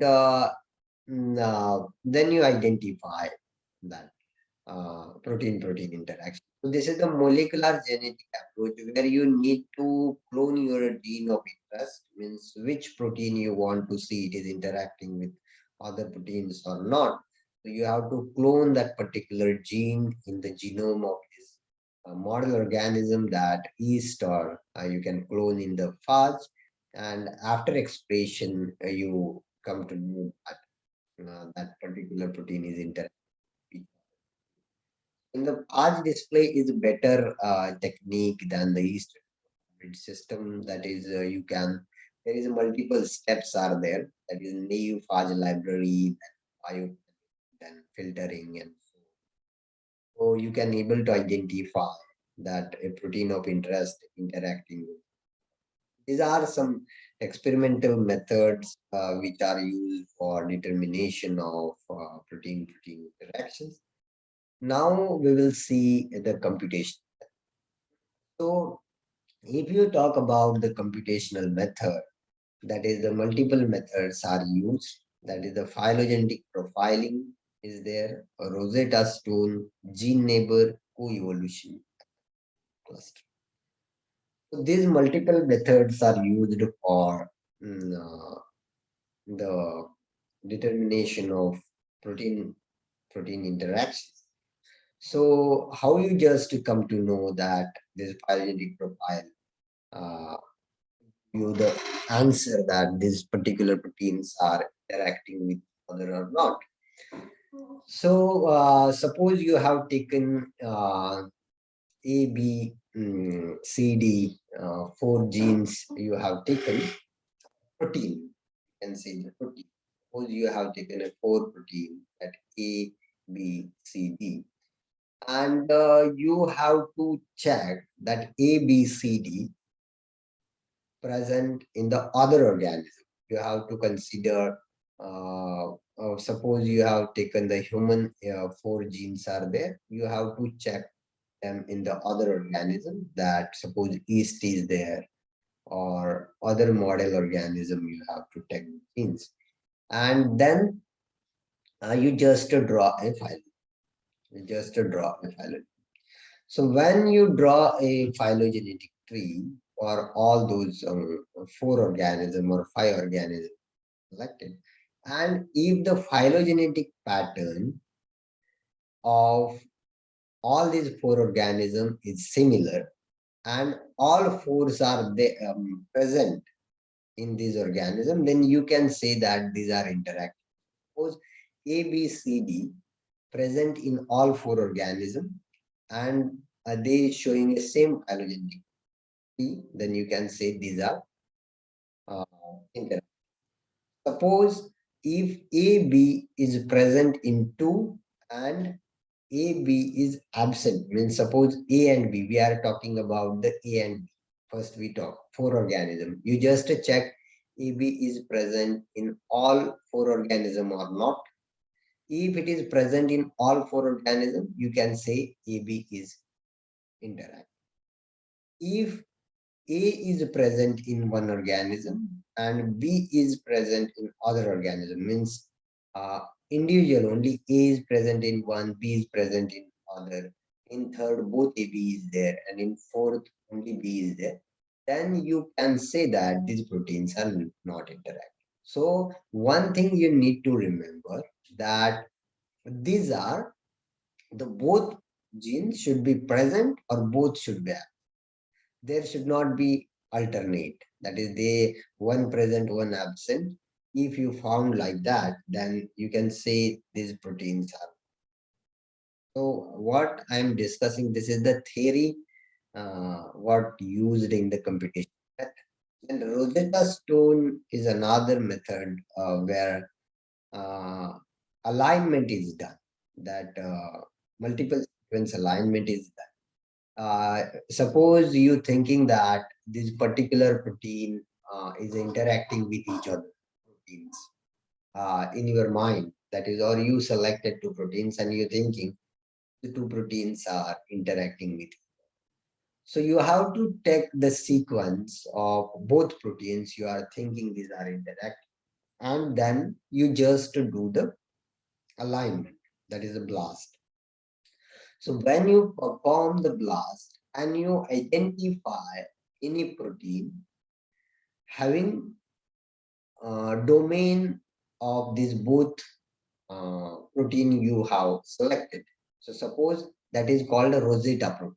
Rosetta protein means what the logic behind this. Initially, that particular protein is single one, and during evolution, that protein is segregated and 2 different genes are there and they are independent genes. And that logic is used here, that a particular protein, that suppose you just have a reptile protein is there, which showing the domain for 2 proteins of human, then you can say that these 2 human proteins are interacting. So in reptiles, there is only single protein. In human, there are the 2 different proteins. But when you perform the alignment, it is aligned with half part with one protein and half part with another. So that is the idea behind this to show this protein. interacting. Then gene neighbors is another techniques which is used for analysis of protein-protein interaction, that if you know about the operon. So you already know about the operon, that is the genes are present adjacent to each other and they are involved in single biochemical pathway. If you talk about lactose utilization by bacteria E. coli, when what they just going to express, that is lack of operon is there, lac Z, lac A, lac Y. So these three proteins are going to express, and these are adjacent to each other, and they perform the task as a utilization of lactose. So similarly, if you are thinking that these two proteins are interact, you can check the neighbors. So you can check the neighbors, whether they are interacting with. So for example, suppose A and B protein, you think that these two proteins are interacting. Then what you need to do, you just check where they locate. Actually, they are adjacent to each other or not. And you need to confirm this in other organism as well. Means you should not, means at referring one organism, you cannot make your judgment. Yes, these are the nearest to each other and these proteins are interacting. So it is not like that. You have to check the multiple organisms and of same class. Suppose you are talking about the prokaryotes, then you just refer to the eukaryotes. If you are talking about the eukaryote, you refer the genome of multiple eukaryotes. So this is the things you can do, and that is the gene neighbor task. And co-evolution is there, that is mirror phylogenetic tree. That is you have to take a gene of interest, and then you just check that the particular uh,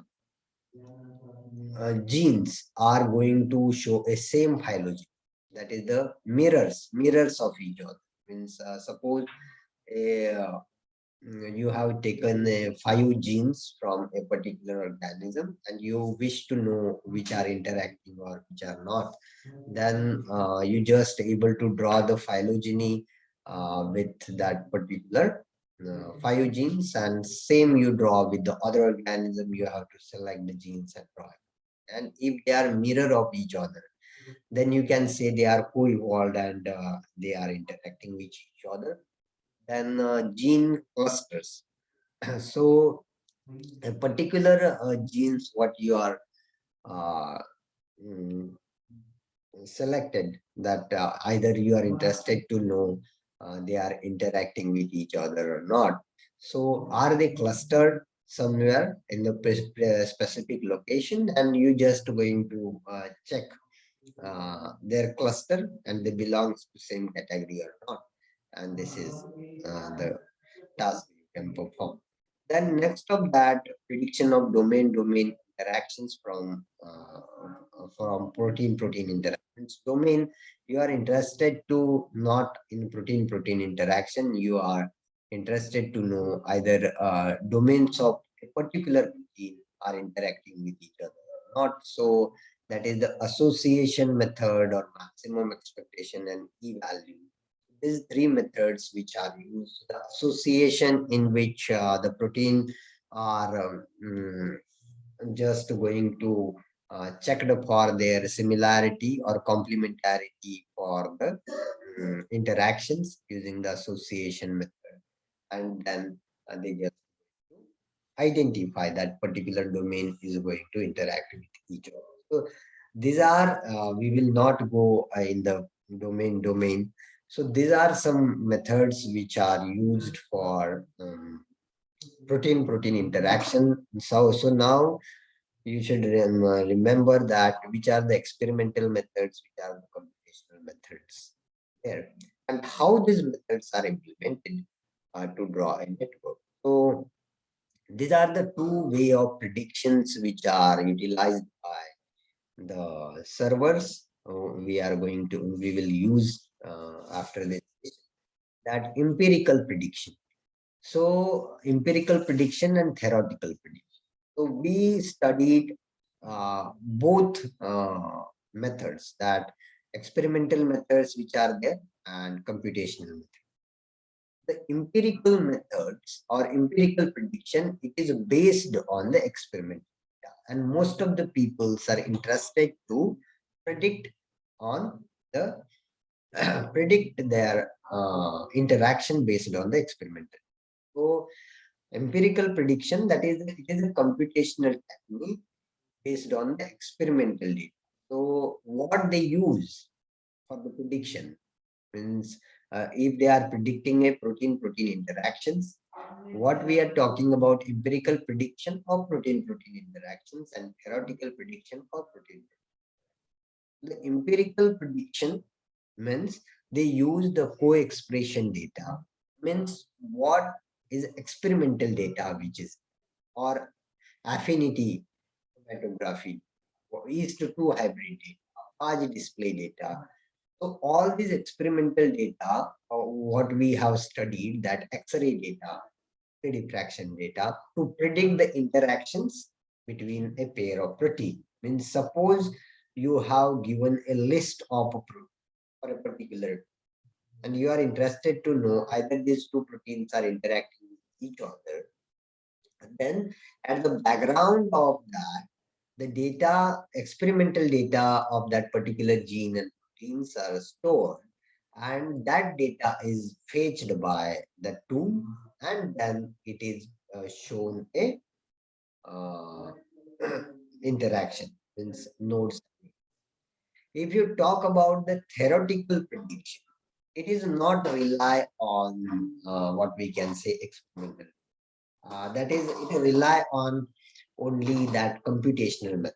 So what we can say, the mirror tree is there, phylogenetic profiling is there, and this conserved gene order, gene neighbors, and the Rosetta Stone. So these are the methods which are considered for theoretical of protein interaction network. But we not mostly rely on the theoretical data, because again there are the lot of false positive result is there. So it is better to go with the empirical of protein. So what are the terms which are there, which are used in the protein interaction network? Anyone have question? You can interrupt me, you can ask, because and you just note down the components if you are wish to, because it is you not able to remember this, that you will forget after some time. So it is better to note down. So these are the few terminologies which are used in the protein interaction network.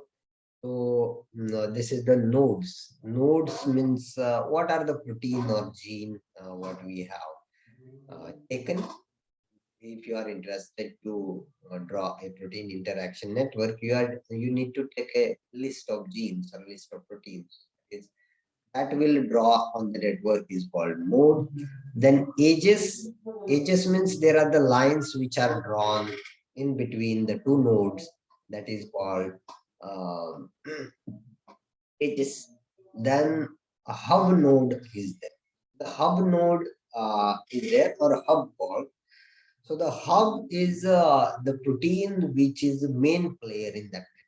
Means that high degree node of a network. High degree means it has a larger connection with the adjacent nodes. Means the protein which have highest connection with the adjacent node which are present in the network. So that is called hub, because that protein regulate the multiple activities of the protein. That's why we called hub. And I have some screenshot I will show you next to some slides what is the hub and so on, and we will draw it as well. So the modules, if you talk about, that is the small subnet network. So suppose you have loaded 100 protein list, and then you draw a network, and then you will find a subnetworks, that is the 10 protein subnetwork is there. 10 protein subnetwork is there. They have strong interaction with each other, but there are the very weak interaction between the subnetwork. This is called module. The degree, that is number of adjacent, and these are the parameters you need to remember. These are the parameters you need to use to filter your protein, or to identify which is a better hub node, or which is a main protein, or which is a key players in that particular network. So these are some parameters you need to remember: that degree, average degree, or cluster coefficient, shortest path length. These parameters you need to use for identification of a important players from the network, as well as to filter the unwanted nodes and so on.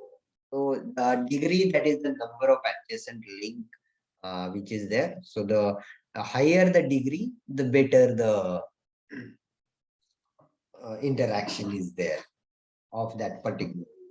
Each node you will get a value, degree.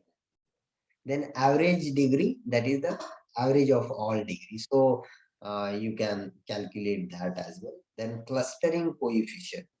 So if you just select a network, and if you perform the clustering, then that based on their neighbors, that is suppose the 10 proteins are there, they have strong interaction with each other and so on. Then the network is divided into small clusters, and these clusters are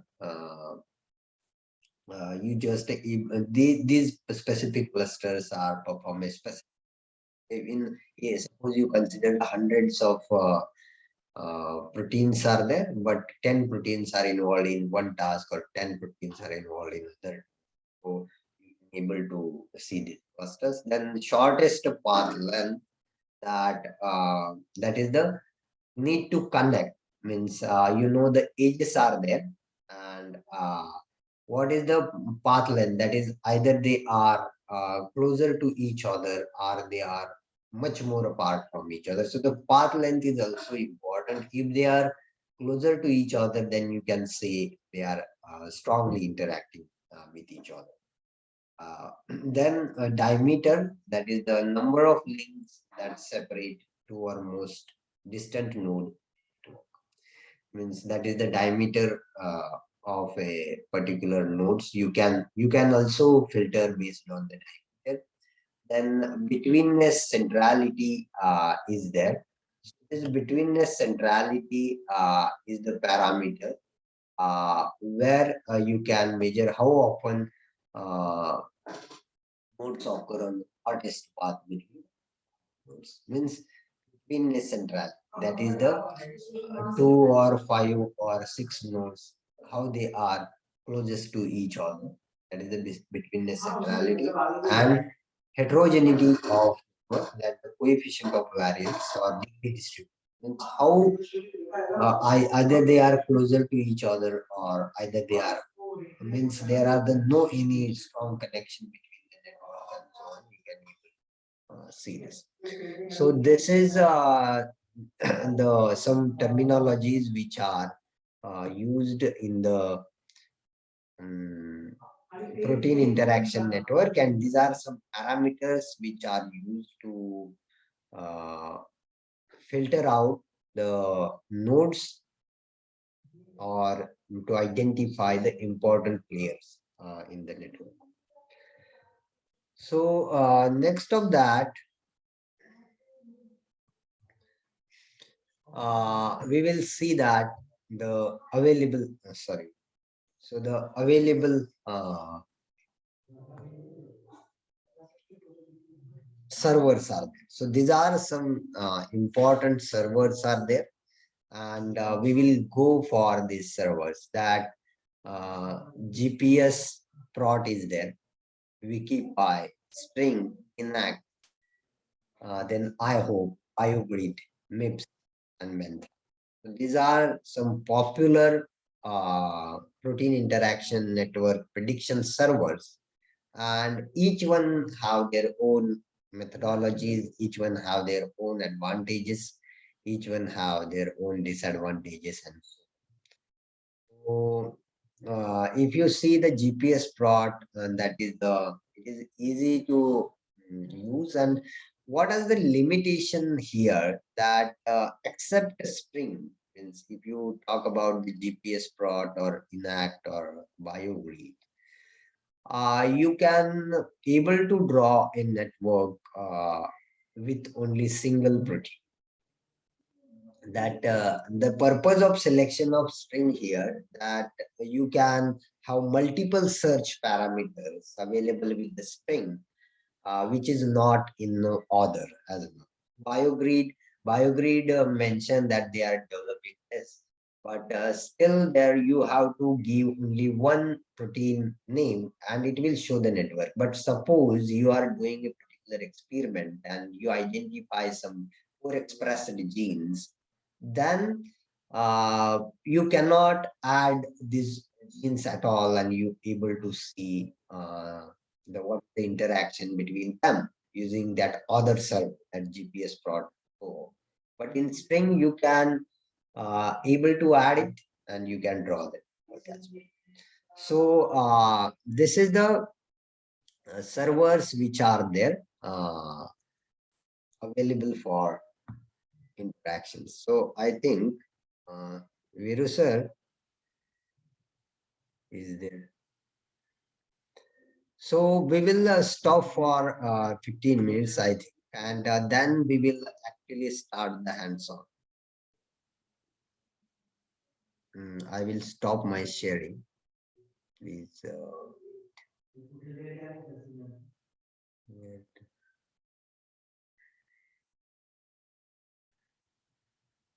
It is already stopped.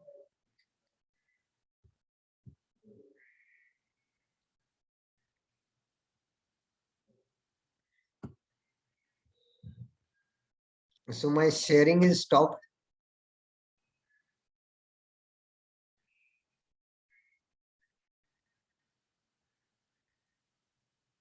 Is it stopped?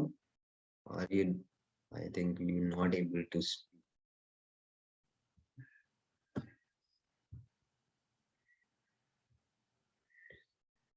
Okay, then we will meet after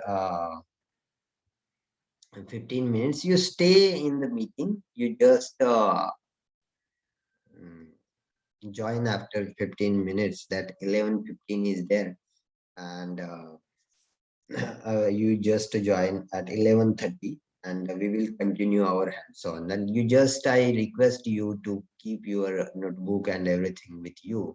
You note down what the things we are doing, because you're not able to remember the things after some time, because these are the virtual things and it is quite difficult. So we will go for multiple servers first as per our schedule, that glimpses. Satish, you want to talk? Yes. Yes, Satish. Hello. Yes, sir. I had a question that what is the difference between clusters and modules? Okay, so the clusters, we just going to perform this task, okay, when with a specific cutoff. Okay, so suppose if you just have a particular cutoff value degree or a particular cutoff value between the centrality. So when you just give that, then according to the parameters, the protein which are present in the network, they are segregated, and then that particular clusters are okay. And if you just see the modules which are there, so these modules which are, it is an intrinsic property. When you just draw a network, then you able to see some modules which are already there. And for that also, certain tools are now developed for the modules that encode and so on. Here you just able to see the top 10 proteins or main proteins which are present in that particular module. So you just able to identify these modules, not a particular criteria you able to use for degree and centrality segregate. Okay. Okay, so modules later, after our whatever No, parameters we give, they become yes, clusters. yes. Well, clusters will come after you performing the task. There are the, I will show in the string, there are the k-means clustering and some algorithms you have to execute. And these algorithms segregate your cluster based on a specific. Okay, so how many cluster you want. But when you talk about the modules, so the modules which are when you draw a protein network, then you will able to see the network, need not to execute any other task on that or need not to use any other tools for there. Okay, so if my screen is there, Yes, so sir. it is shared. So I Yes, will sir. show you. So you will see here that this is the particular module we talk. And this is the module which is there, and this is the another module.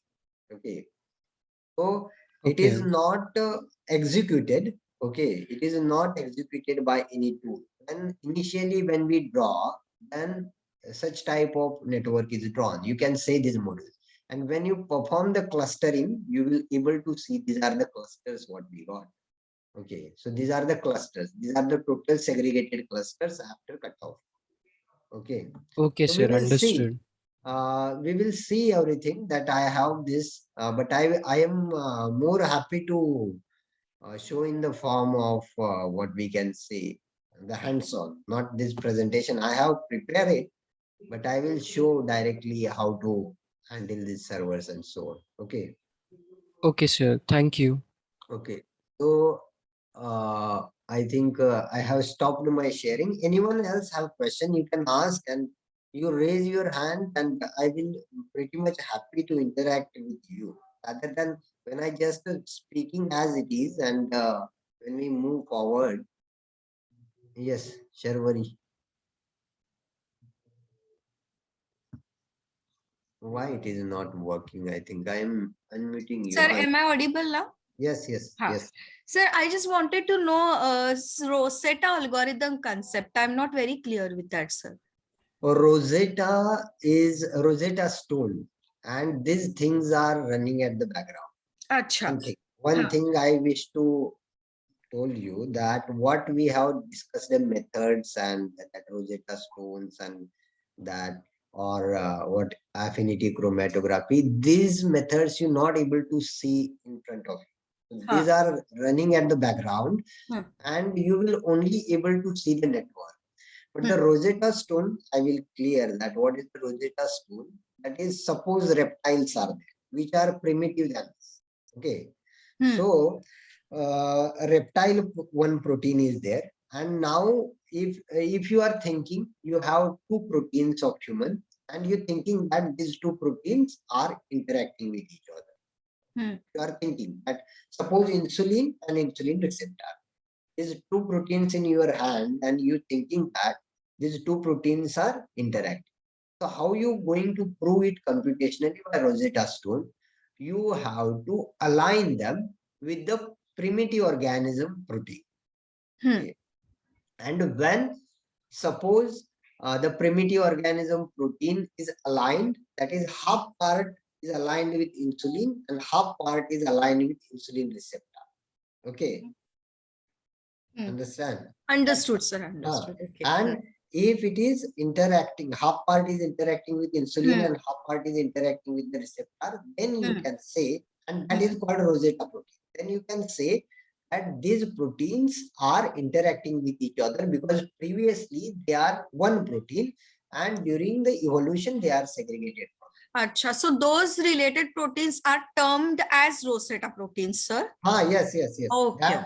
that hybrid protein having the part of half part is one protein and half, that is called Rosetta. Okay, sir, understood. Thanks a lot, sir. Yes. So we will, I think we meet after 10-15 minutes. Okay.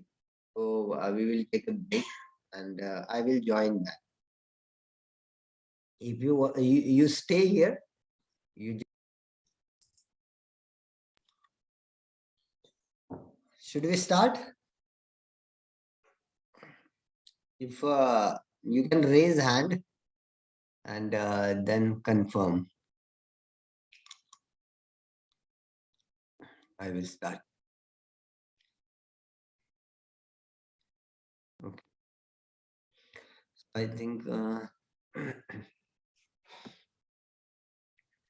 so we come across where I will share my entire screen now. Okay. It's better to switch.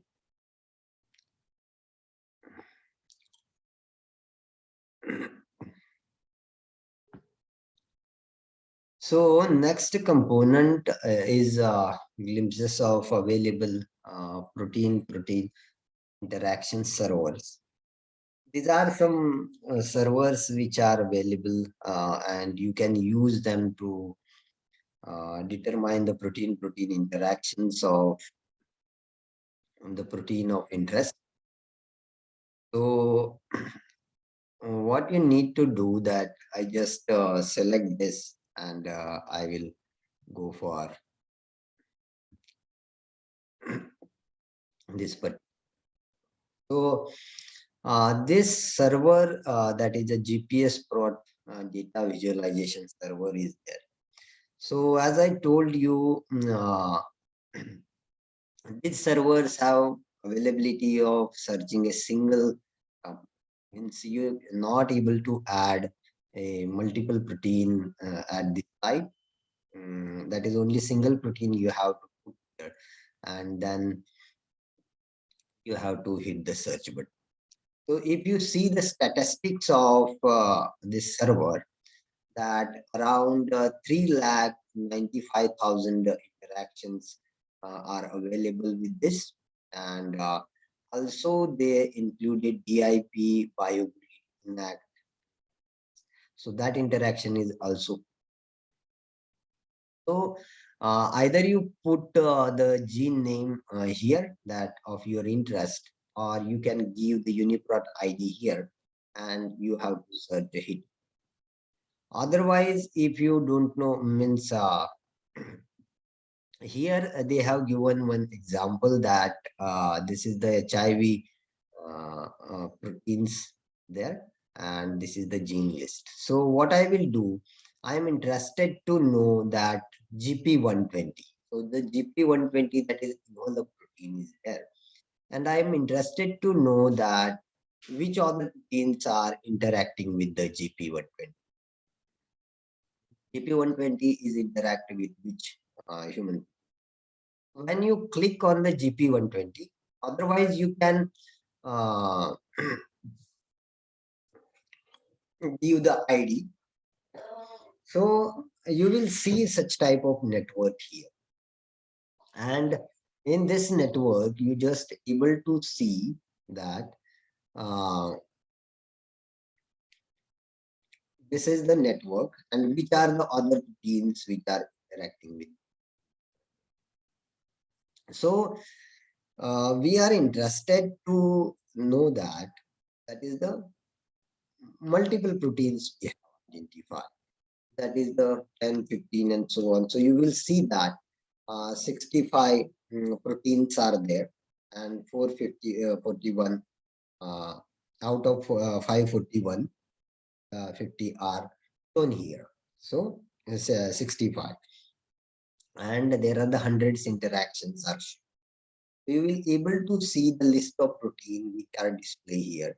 There are the 65 proteins which are shown here, which are interacting with the HIV.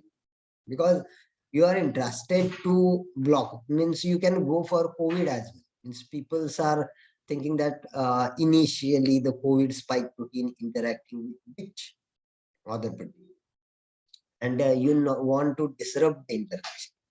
So likewise, GP120 we have considered, and this GP120 are interacting with that much number of, and you can increase them. So confidence score is there. So if you reduce the confidence score, then the number of proteins are increased. You will see that is 109. But we are interested high level of confidence. So when you increase this value, then those protein with high confidence level, they are only shown. So this is one thing you can do here. That is the protein-protein interactions. Means GP120 is interacting with which one. Then you can able to identify the clusters as well. So the clusters means if you click here, then you're able to see which clusters. So if you see here, then this FAS, FASLG, and GP120, this is the 3 protein have a single cluster. CR5, if you talk about the CXCR4, C4, these are interacting with the GP another cluster. So you able to see this clusters which are available here. And with the help of this confidence, you can zoom in, zoom out the network. Okay. And you can draw the network as per your criteria. So there is a no lot of options are available here. And this is the export network option is there. You can click here and export as Excel, CSV file, or tab set you can do.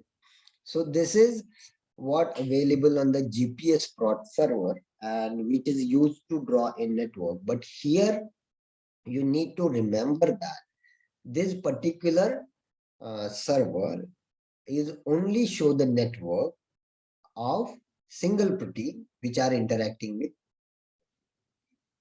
the 120. And you will see that this is the list of protein which is there, and with the UniProt ID is there. You can go for UniProt ID. That suppose you are interested that GP120 interact with CCR5. So you find the CCR5, what is that? And you just able to see its synonyms as well. What are the synonyms for that particular? And you just identify. It's a lot of options are not available, but you can able to see that which proteins are interacting. This is one thing, one server which is there, and we can able to see the internet. So you have any question, you can ask. You can raise the hand and you can ask. Share worry. Yes.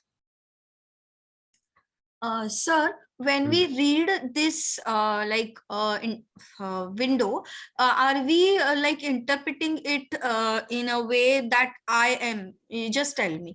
GP120 is showing radial arrows to all the proteins. So Yes. if so FAS, LCK, those are closer to GP120 radial. So are we interpreting that they are closely related, and rest of all, as they move apart, they are less related? Is it like that, sir? No. Here that they are interacting, but you need to perform a further analysis as well. Means this a database give you the network, but if you want to filter the genes with high confidence, which are strongly interacting with the GP120, you need to do the further processing. That is, for that you need to use the cytoscape.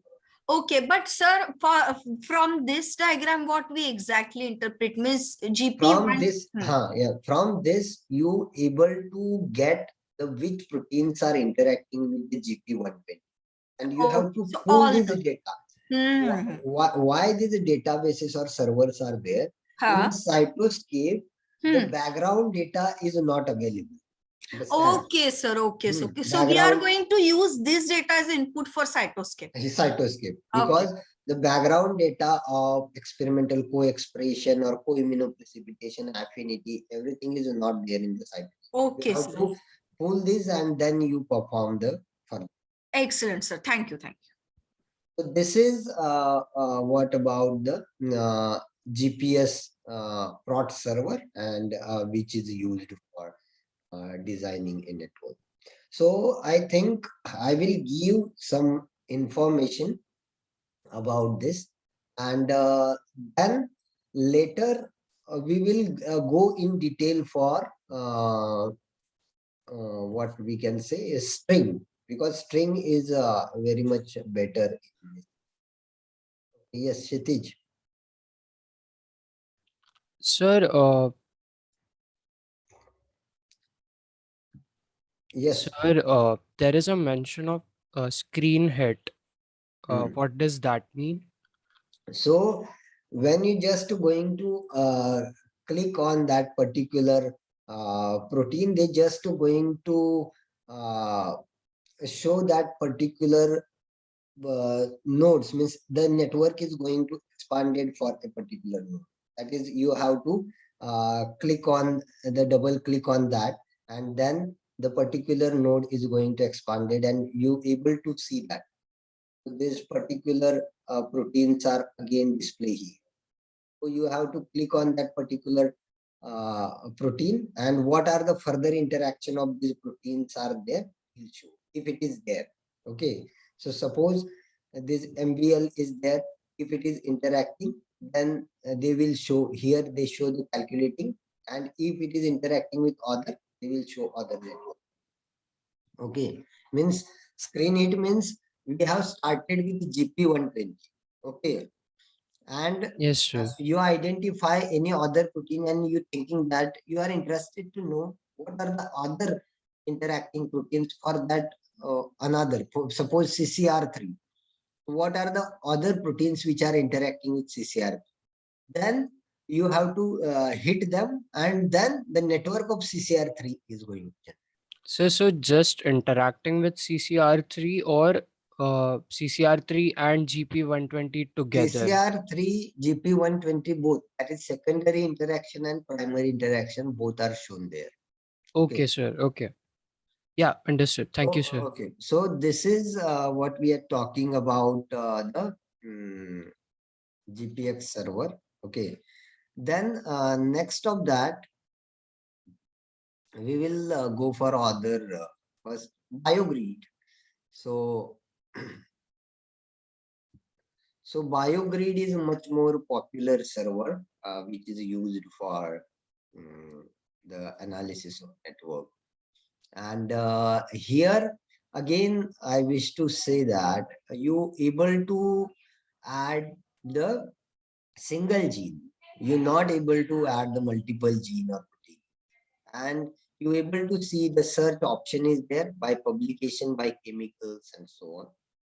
And you have to add the gene name or protein name here, and you have to select the. So if you see the BioGrid statistics, that is the 78,000 publication for how many proteins are there and how many genetic interactions are there, they are available. So if you click here, you will get the detail by grid. So we will go for a protein. So what I will do, I will put the ASL3. This is the particular gene from Candida. So there are the multiple species which are available. You have to select that species and you submit the ID. So when you submit the identifier, then it will search this gene, and then it will show you that particular network.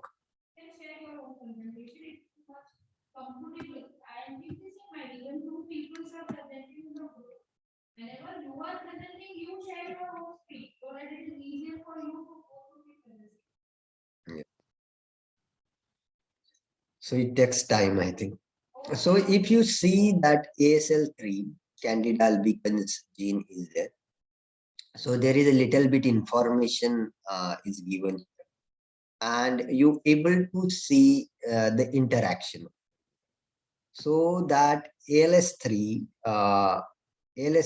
showing the interaction with these 11 different. Okay.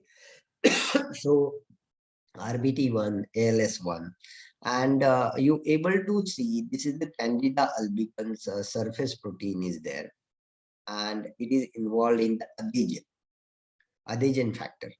So it is interacting with which other protein. So you will see that aliases is there, that their synonyms and so on, which are there. Then description of this protein and how many evidences are there. So as we talked that co-immunoprecipitation, or what we can say affinity chromatography or phage display, East-2 hybrid system. These are the techniques which are used to determine protein-protein interaction experimentally. So RBT and ALS3 are interacting with each other, which was supported by these two. That is genetic interaction. And if you click there, then you will get the more information. So bait hit. So that is the East-2 hybrid system. You able to see they utilize here, and this publication is there for Cas9 gene drive analysis, and this is the another. These two publications support or said, or they have mentioned that the RBT1 is interacting with that ALS3. Similarly, the all 11 proteins which are there, you will get the evidence, one evidence, two evidence, only one evidence, and so on. So this is the information about the interactors, that protein which are interact. Then when you click on the second option, that is interaction. So if you able to see, this is the ALS15. So what is the interactions role as a bit hit, what they have mentioned, and then is it negative or positive? And so all these are the negative. These interactions are negative, means as we know that the particular protein always not it activate, it deactivate, it disrupt the activity of.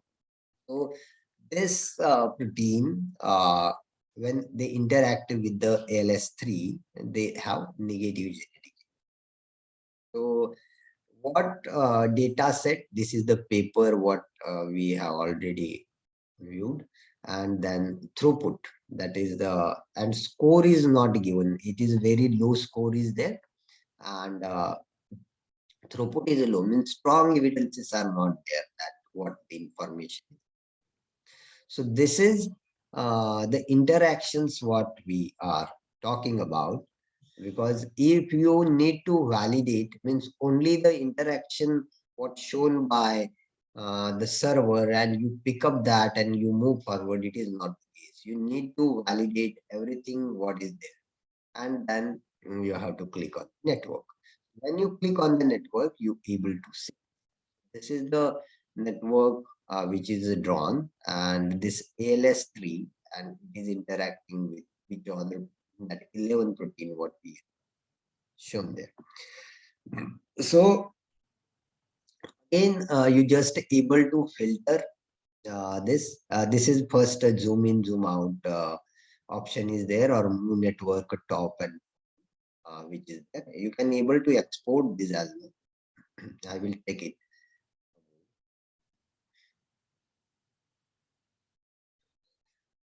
So this is the network what we are talking about. So here that if you want to hide the physical interaction, you can click here. If you want to hide the genetic interaction, you will see that everything is gone, because all the evidences what we can show here, that is the basically genetic. Hide the chemical interaction, it is not. So if you want to uh, show that the physical interaction, genetic interactions, that is, they are a regulatory role, what we are talking about. And the physical means directly they are interacting with each. And this you can hide. If you are interested only in the genetic interaction, you can see. Or if you are interested only in the physical interaction, you can do that. So this is one thing. Then you can zoom in, zoom out, that filter it. And evidences, suppose you want here only one evidence is there. But if there is, as we talking about the confidence level, that confidence level 0.8, 0.7 and so. Similarly, if you are interested, suppose 10 evidences are there which are talking about RBP and ALS are interacting, then it will show. Okay, so this evidence based filtering you can able to do. Only that much component is able to show here. Then layout you can change, that is concentric circle, you just see. Then single circle, then it is going to, I will do the zoom out. So this is one way you can do. So you can change the layout or grid layout. So they are shown as a grid. And resources, it is talking about Cytoscape JS. So you just able to use this Cytoscape JS or Arbor JS graphics to further analysis of this network or change the visualization. So you can save the file from here, export to PNG, and you can save it. So this is what we seen about the biogrid. The biogrid contain the organisms, multiple organisms are there, and you have to select the organism and you have to do the name of gene, and it will automatically search the interacting partner of the with the other gene. This is what we are talking about. You have any question? I think what is a negative genetic? So the negative genetics and positive, that is the positive regulation and negative regulation. So these are the two terms which are there. So if you say that a particular protein is going to express, it is positively regulate the expression and the activity of other. That is the positive regulation we call. And negative means that is the stop the activity, other activity of that. So the negative regulation means what we can say. I will talk about this ALS3. So the ALS3 gene, positive regulation means it promotes the formation of hyper growth. It promote the, if it is in positive regulation, it promote the hyper growth, and which is essential for increase the pathogen. Okay, and negative regulation means it stop the hyper growth and it is converted into unicellular form. This is the candida, and it is converted into the unicellular form. So that is the one regulation. So ALS when interact with the RBT, it go for negative regulation. That particular candida is going to convert from hyper to unicellular if that ALS are expressed in that organism. Then next one, then we this gives the information about other protein which interact with our desire. Also provide information of interaction or in what that. So protein interaction network, which is not to give the detailed information about which are the interaction sites and so on. It will give you, means if you have bulk of data, means 100 of protein or 200 of protein, and you are interested to know what is the interaction, and you are eager to know the specific target protein which are interacting with each other. So you will find with this, because this, as in the previous lecture, it is mostly used for the target identification. So suppose what we say, you want to stop the attachment of corona virus, that is attachment to the human cell, then you don't know that corona is a virus interacting with which protein. So you have to give the spike protein gene name and you submit it. Then it will show you that which human proteins are probably interacting with it. And then you able to identify that you have to disrupt the interaction between that human protein and spike protein. Because these are the interacting. Because when you identify this, you again need to proceed for the molecular modeling study. Molecular modeling study, that you have to take these two proteins and then build the model, and then you check. You just dock them with each other, and you check either they are interacting and how they are interacting. Or also the evidences which are there, that is the publication evidences are there.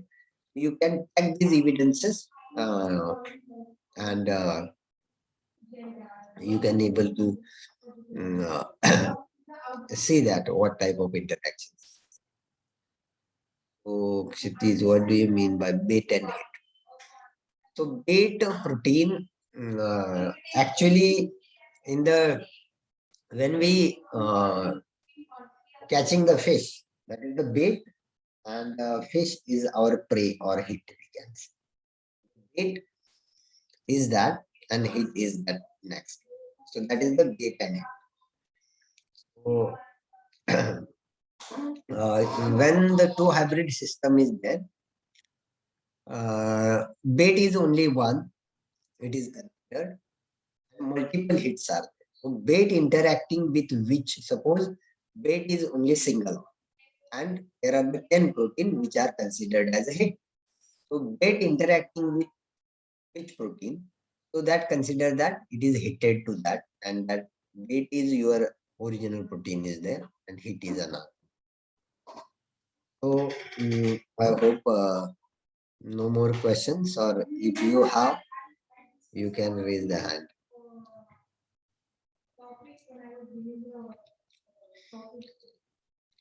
Udit.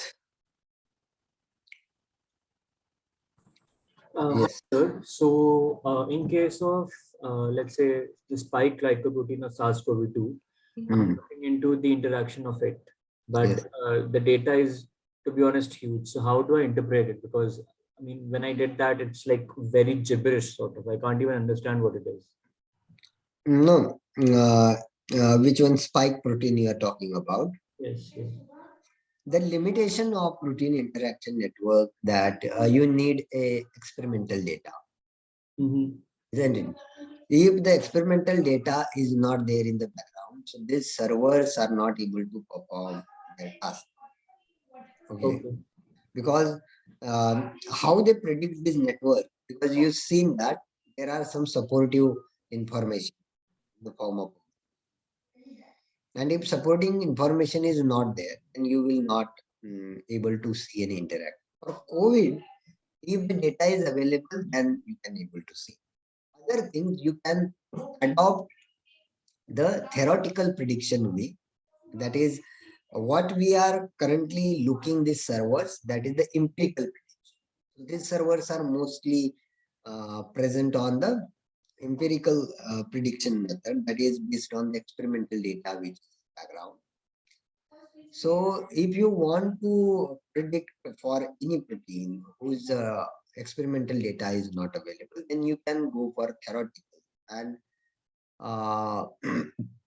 they will show you that gene neighbors or mirror tree or Rosetta Stone, they will show, but we're not sure how much confidence is there. So Is it in a high confidence level? Because the thing is that these are, after all, these are the prediction, and we don't know that. But initially, when you don't know anything, so you just move with that theoretical prediction.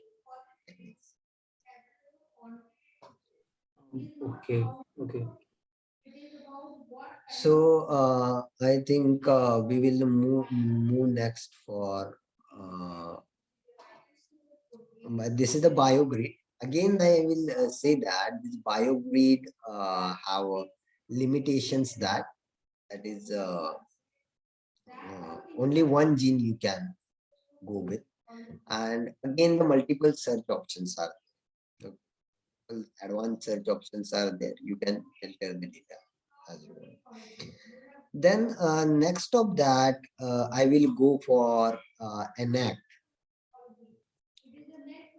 Enact is there, so it is another good database which is used for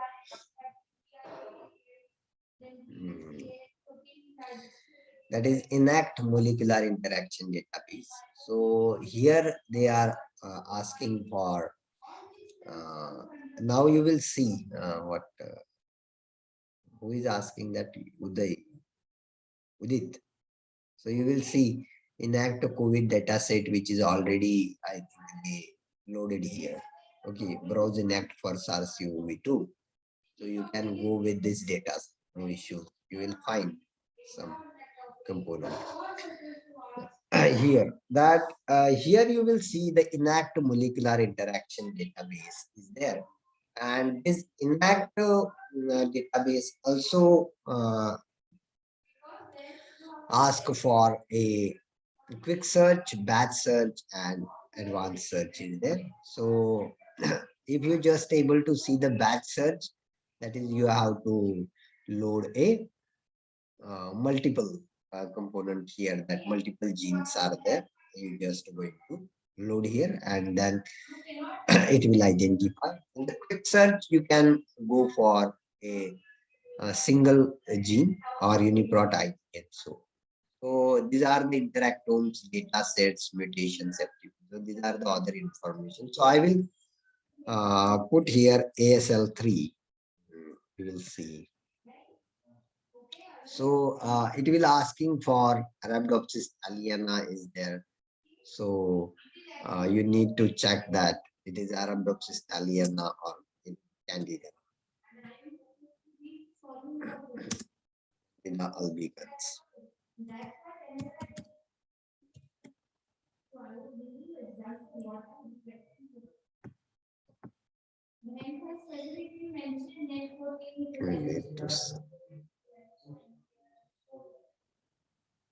I think we will click not support.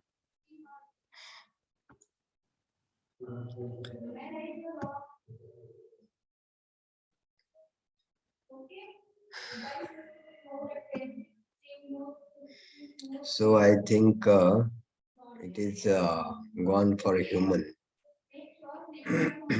factor species.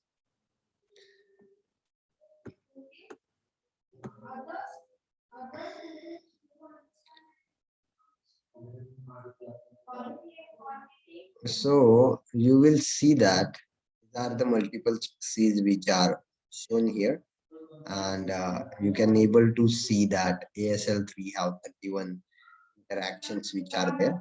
Okay, which was we studied in our which one biogrid as well. So Synorhabdis elegans and so on. For that particular component, you just able to select that one, and you can press the delete as well, or you can select all and delete that specific. Okay, so you can able to select what interaction you don't want, and you can delete them, and you just able to see the interaction what you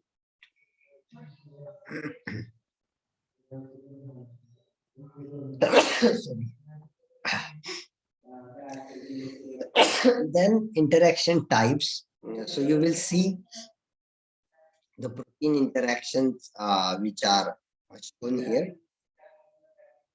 That is what type of interactions which are there. So you need to filter the data as per your requirement. If you are not aware about the names and everything, then what type of interaction, physical association, proximity, direct interaction, co-localization, these are the details about this. You just able to see. Then interaction detection methods. So how the interactions are detected, that two hybrid or cross-linking, affinity chromatography, X-ray diffraction. If you are interested in a particular interaction, then you just going to like this. And if you want all interaction, then you can able to. Then what is the interaction of host organism? You just able to see that. You are interested to know the interaction with the specific host, then you can able to select this and remove the rest of the component. And you just able to see the interaction affected by the mutations, 187 mutations which are occurred in this. Then you can expand this network at non-expanded interaction. You can able to show here. You have to on here. Then positive and negative interactions you able to see at 1071. That is a positive. Then 31 is 11 is a negative. And the score category is there. So you can able to increase the score as well. So this is the things you can able to do with the, this network. And now able to see these are the networks which are, because all species we have selected here, that nodes, color species which are there, Homo sapiens and so on, which are there. So and multiple color keys which are used, that is ages which are there. So co-localization or association and everyone, you just able to see these are the multiple colors which are here. And the left side, you can able to convert its format, that circular, or you will able to see this is the circular, and bubbles means the layout you're going to change here using these options which are provided in this. And then affected by mutations, you can able to see that which regions are affected by mutations. So affected by mutation, you will see the red color. I will convert it in. So you will see that what actions are affected. It means because of the mutation in that particular protein is not interacting with it. So these are the interactions you able to see and interact. Interactions A to B, the interactions are there. Detection method is there. Publication, association is there. Confidence value. What is the B? So everything is there in the interaction. Means why the CASC3 and AIF4A3 are interacting? What type of interactions? Either it is positive, negative, it is shown. Then interactors are those list of protein will be there. So that accession is there. Name of that particular protein is there, and just able to see the details. What is the functions and descriptions, what type of species and so on, which is available. So total interactions about this, you just able to see, and total interaction in all in that 260. NIF3 live protein. So this is interactome data. Either you just go for a batch submission or single gene submission, you have option to filter the data as per your choice, and then that particular network will be shown here. So you can export the network from here as a PNG graph, or you can export the table in Excel for the analysis. This is what all about the INACT database. So these are the major and popular databases which are used for BioGrid is there, GPS plot is there, and INACT is there. So these are the major databases which are used for analysis of protein interaction. So you will see that the description of this, that comprehensive protein interaction database. Here also this INACT is literature database, and these are the also literature and hydro data. This MIPS, that mammalian protein interaction ways it works, but it is very poor, and CBI have this. There is a lot of information is not there, and that's why it is problematic. And this IHOP, that information hyperlinked over proteins, and it is also built by the literature mining and text clipping.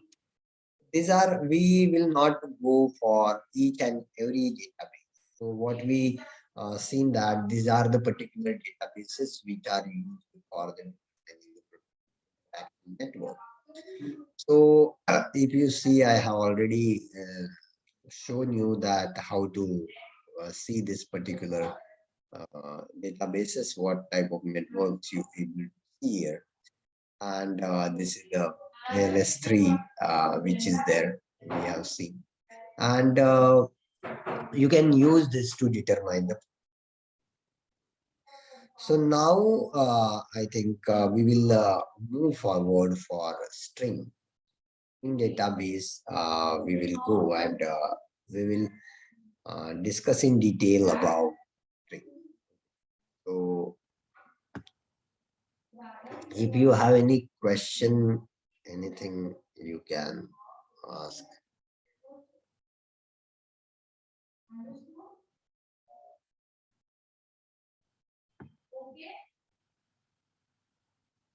How to move here.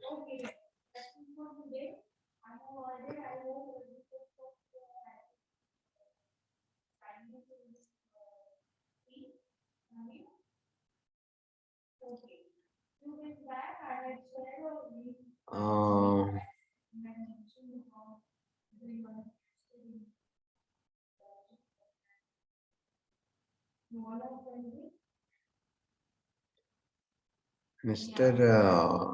How to remove that top bar? Yes, I got it. So I will close this,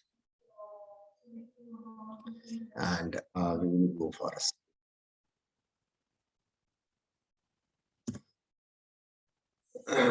So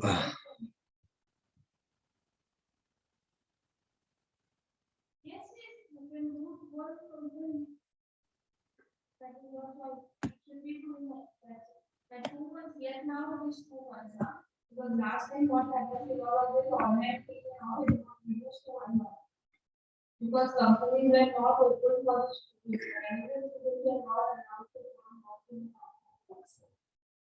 so they all had to do this timing period. I am not very sure. Normally it is 2 months, maybe wrong. But it might go 1 month or 1.5 months depending on the academic calendar. Yes, directly. Okay. So I will show my, that is the home screen of string. Are you able to see like this? So if you see the string, are you able to see this? I think you raise a hand if okay. So if you see this, this is the string database, and protein interaction and functional enrichment. So the functional enrichment is one of the important thing we will see, and the string database where we can see that 14,000 organisms are there, 67.6 million of interaction proteins are there, and 20 billions interactions are available. So this is what available with the string, and we will go for the string. So when I hit the string button, you able to see that the left side there are the multiple. So there's multiple options which was used to search your. So these multiple options are not available on other databases. What we learn that BioGrid is there, or Enact have multiple options, but then I will discuss that what speciality. So here you can put the name of protein, any protein of your interest, and then you just able to use the select the organ. So for trial purpose, you can use this one. Here they have already given the examples. Automatically, the name will come and organism is the example 1, example 2, example 3. So this is all about protein by name. If you know the name of protein, then protein by sequence. So the other options which is there, if you have a sequence of protein, you don't know the name of protein, then you just select the amino acid sequence. So you have to put your sequence and select the organism. The sequence either in the FASTA format and so on.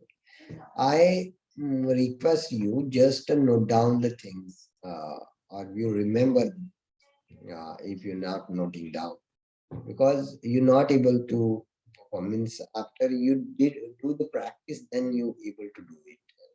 If you forget it, then you're not able to perform. So on your own.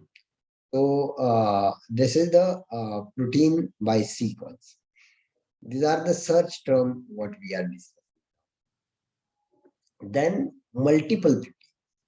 So if you see the multiple proteins which is there, the multiple proteins in which you just able to give the names of multiple. So here you will see that the names of multiple proteins I have selected here. Names of second, third. So the names of multiple protein, either name or ID you have. Okay. So this is next. Multiple sequences, if you are interested, you can select the multiple, pass the sequences or browse the sequence. It's both options they have given. Pass the sequences or browse the sequences, select organism, and you have to submit.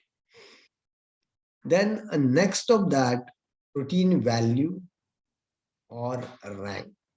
So this is the important thing, that is most of students, suppose they are doing a research and they observe that overexpression or upregulated, down genes, and they are interested to know why these particular 10 genes are upregulated.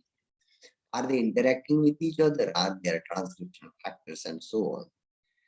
Or what is the main protein in that which is trigger the activation or overexpression or upregulation of the gene?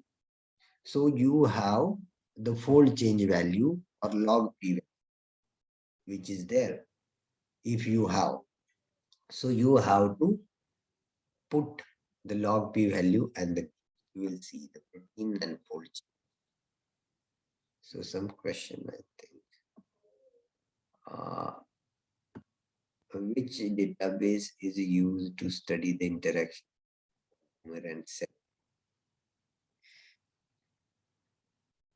polymer and cell line? No, but there is. We means there is a no any database what we are. You can use the biogrid and check. Kamini, you can check the biogrid where they are given an option that protein, gene, or chemicals. So you put the name of your chemicals and you can see that is this particular chemical is interacting with which other protein. And TCGA and two other database are there, which is but they are there for study the effect of cancerous drugs on the cell line. There are around they have tested 1 lakh varieties of the cells, and they just check the sensitivity of the cell lines toward but sensitivity, non-sensitive and sensitive cells. Only they have uh, given the details. So from where to obtain these log files?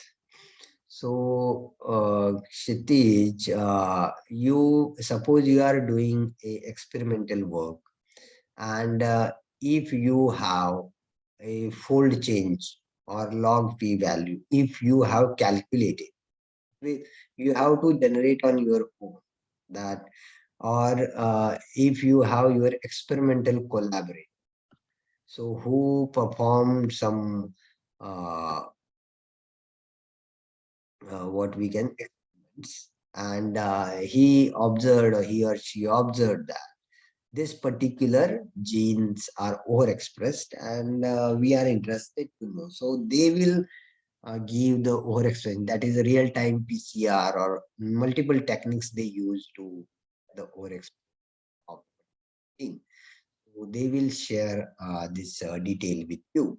You will not get this voltage value somewhere database, or it is available, but you need to visit the gene expression databases where you will get. But it is a better way to experimental peoples who do this, and they just going to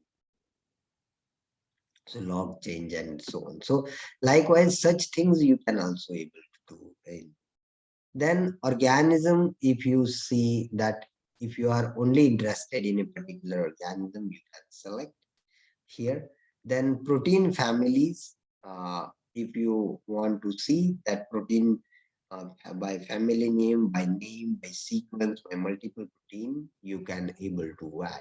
So that is, these are the protein families. That is based on the structures. That is, if you know CAT, class architecture, topology, homology is there. These are the scope is there, structural classification of protein.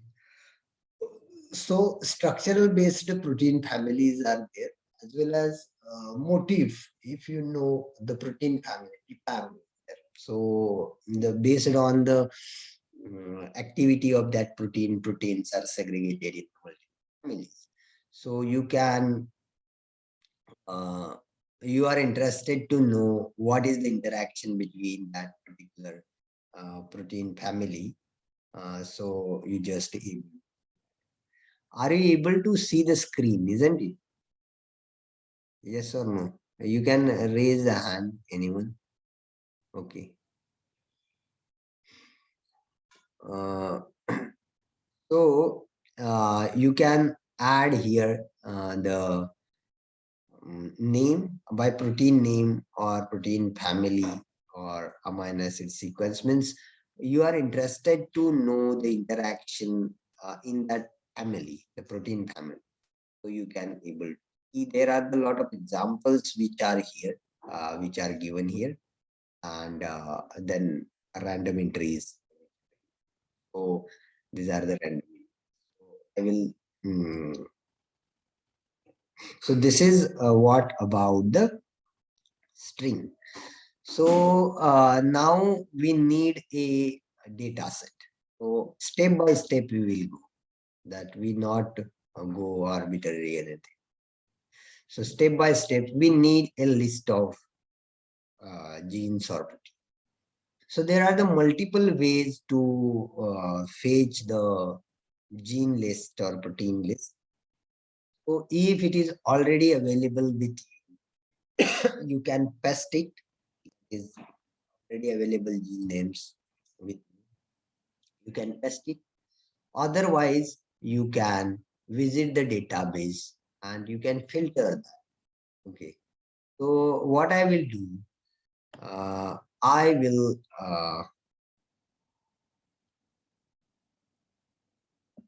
just go for UniProt. I will show you that UniProt is Universal Protein Resource Database. So here I am interested to identify the genes, that is the kinase, for example. So when I search this UniProt database, you will see that there are 6,06,000 kinases are written. So total, okay, total 6,06,000.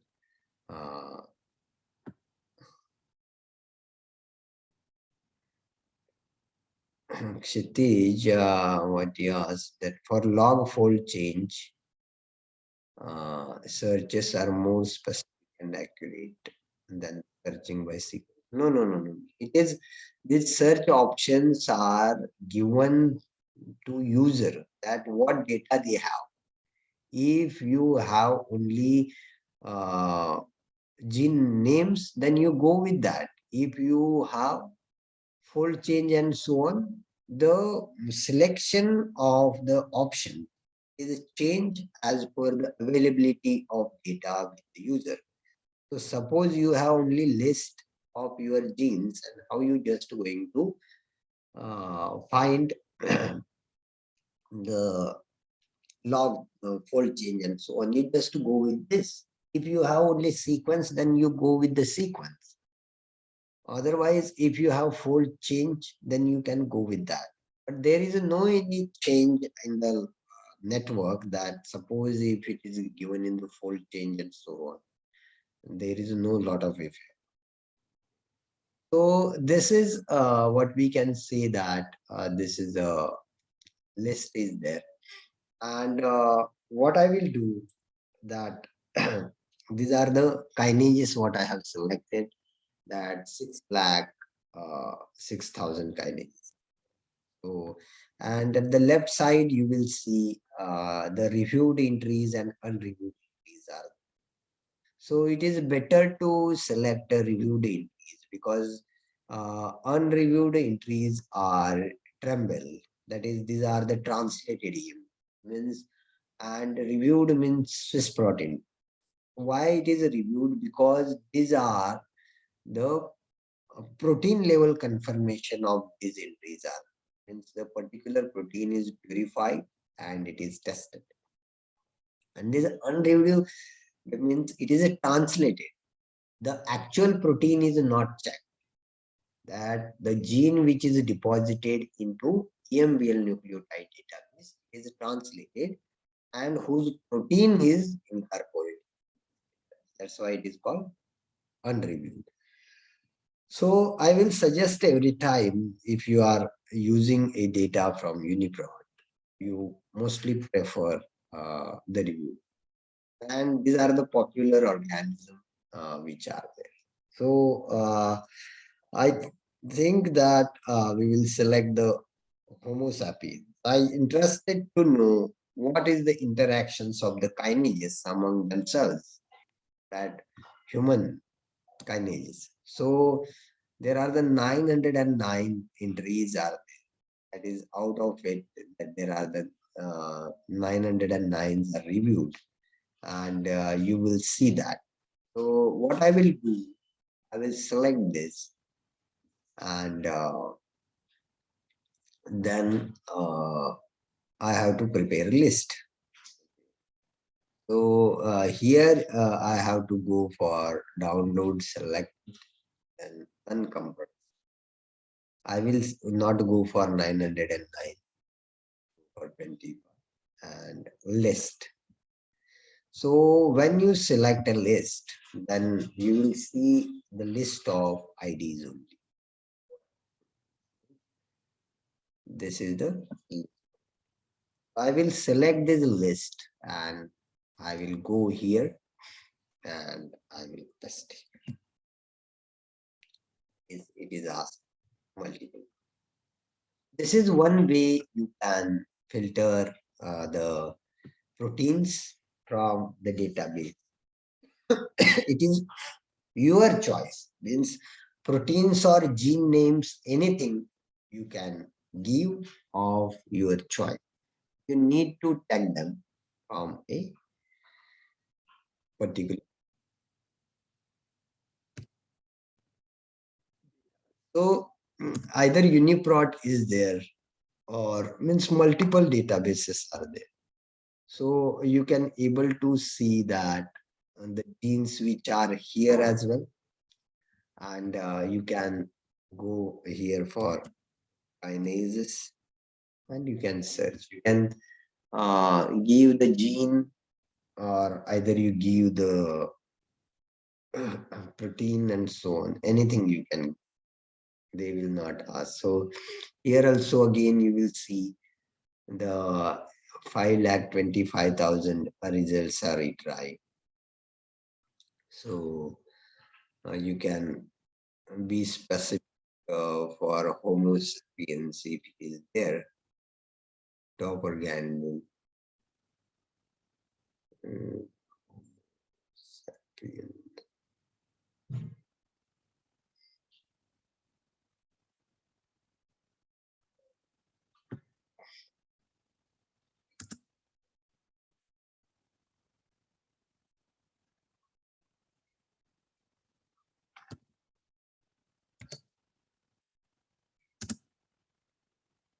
You can use the advanced search options. Okay. So it will also give you advanced, which will give you the detail. So the Homo sapiens here they have shown that 140. Okay, 140. So if you click here, then you able to see the 1408 increase. And then you need to select them. That is the 20 or all. You have to select them what you want to do. Here that selection option not available. And sort by relevance you can say, means you can sort by name and you can sort the gene list. And you know that what is the synonyms are. So these are the multiple synonyms are there. And you can send them as a file. So it will ask a tabular text or unique ID list or name or gene weight or chromosome. So create file. If you say, then they will give you the unique ID. It will. So there are the multiple databases which are there. You can use any one of them for selection of your data for your organism. That the ensemble is there, ensemble genome, where you can identify or download the from how to fetch the data from a organism. You can select and you can go for human here. You can get the list and you can filter them. You will see that the Homo sapiens select category what you want in your trans, and it will ask for what means filtering, and you can simply download the list of genes. We need not require any sequence, anything is there. So either you just go for NCBI, UniProt, or Ensemble, or what we can say, UCSC genome browser. So gene annotations means all components are here. You can able to see this databases where you can download the list of genes of your interest. So the list of genes downloading of your interest is important task, because you are interested to do the interaction network. You are interested to know the interaction. For example, you are now we are talking about the human and human. Suppose you want to know the interactions of malaria parasites. So then PlasmoDB database. So the PlasmoDB database where you can download the genes of malaria parasite. Okay, so malaria parasite. So all multiple databases, or if you are doing for any plant, so you can go for plant. That is plant database is there. So for a particular gene of interest, you can download from a respective database. That is the PlasmoDB.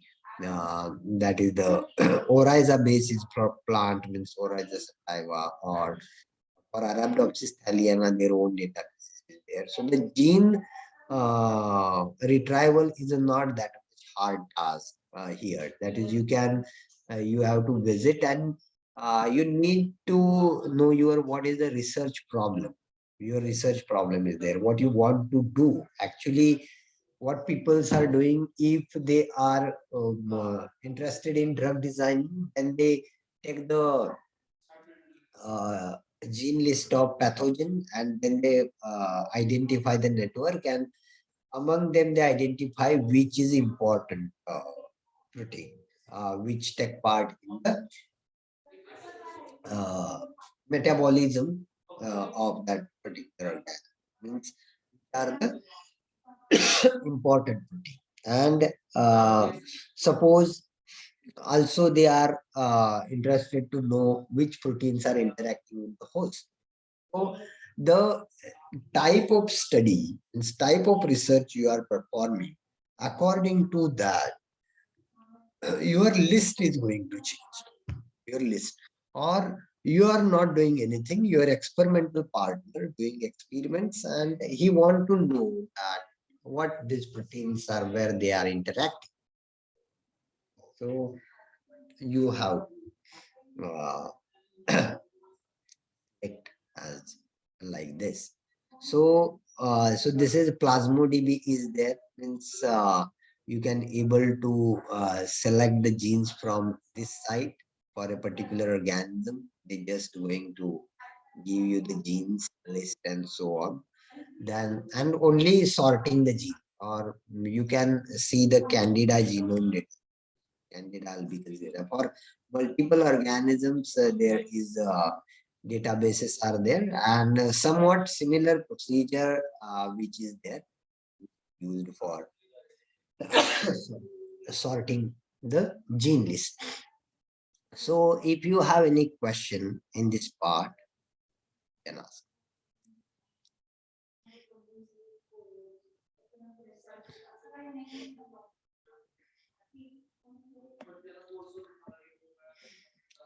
You have any question?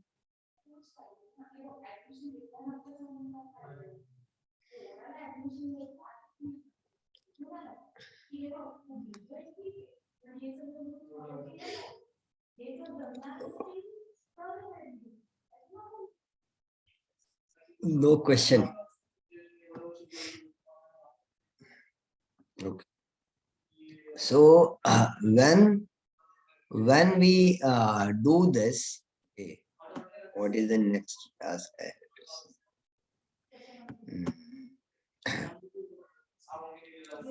Protein. to 2. Okay. So when we taken a data set, I have pasted here. Okay, so this is the data set what I have added here, and which is of multiple organisms. So here is one problem that you not able to see the multiple organisms. That is a single organism you can able to see, because in inact you able to see the combination of organisms, where in the uniprot in the string you have to select organism, that from which organism particular proteins are. So I will, for sake of your information, I just select the Homo sapien. Okay, and we will see that total 25 entries we have pasted here. Total 25 entries we have pasted from the uniprot, and I have selected as we will see that what happens. So the 25 queries which are there, and again you will see that this uniprot ID, what is the name of that protein is there, so they have identified. So from so out of 25, first page have 25 queries are identified, and they're asking for mapping. So this is the when you paste any sequences, it will ask for map. If you want to map the particular entries you have pasted, otherwise you need to hit. So when you hit the continue button, you able to see the net. So this is the particular network what we have when we have loaded this on string when we press a continue. So the 25 nodes, 25 entries are there. Now you able to see these are the gene names, or that gene names are given PDN2, PDGFRB, EGFR, EDR. These are the gene names. So this is the network of kinases. So how these kinases are interacting with each other on here, and then you just able to see some light over here, that these are the edges, these are the nodes, and these are interacting with each. Now we will see that what are the multiple of, means how to refine this network. Okay, what are additional settings are there, how you analyze this network, and everything we will see. Okay, so I think we will stop here, and you have to join back at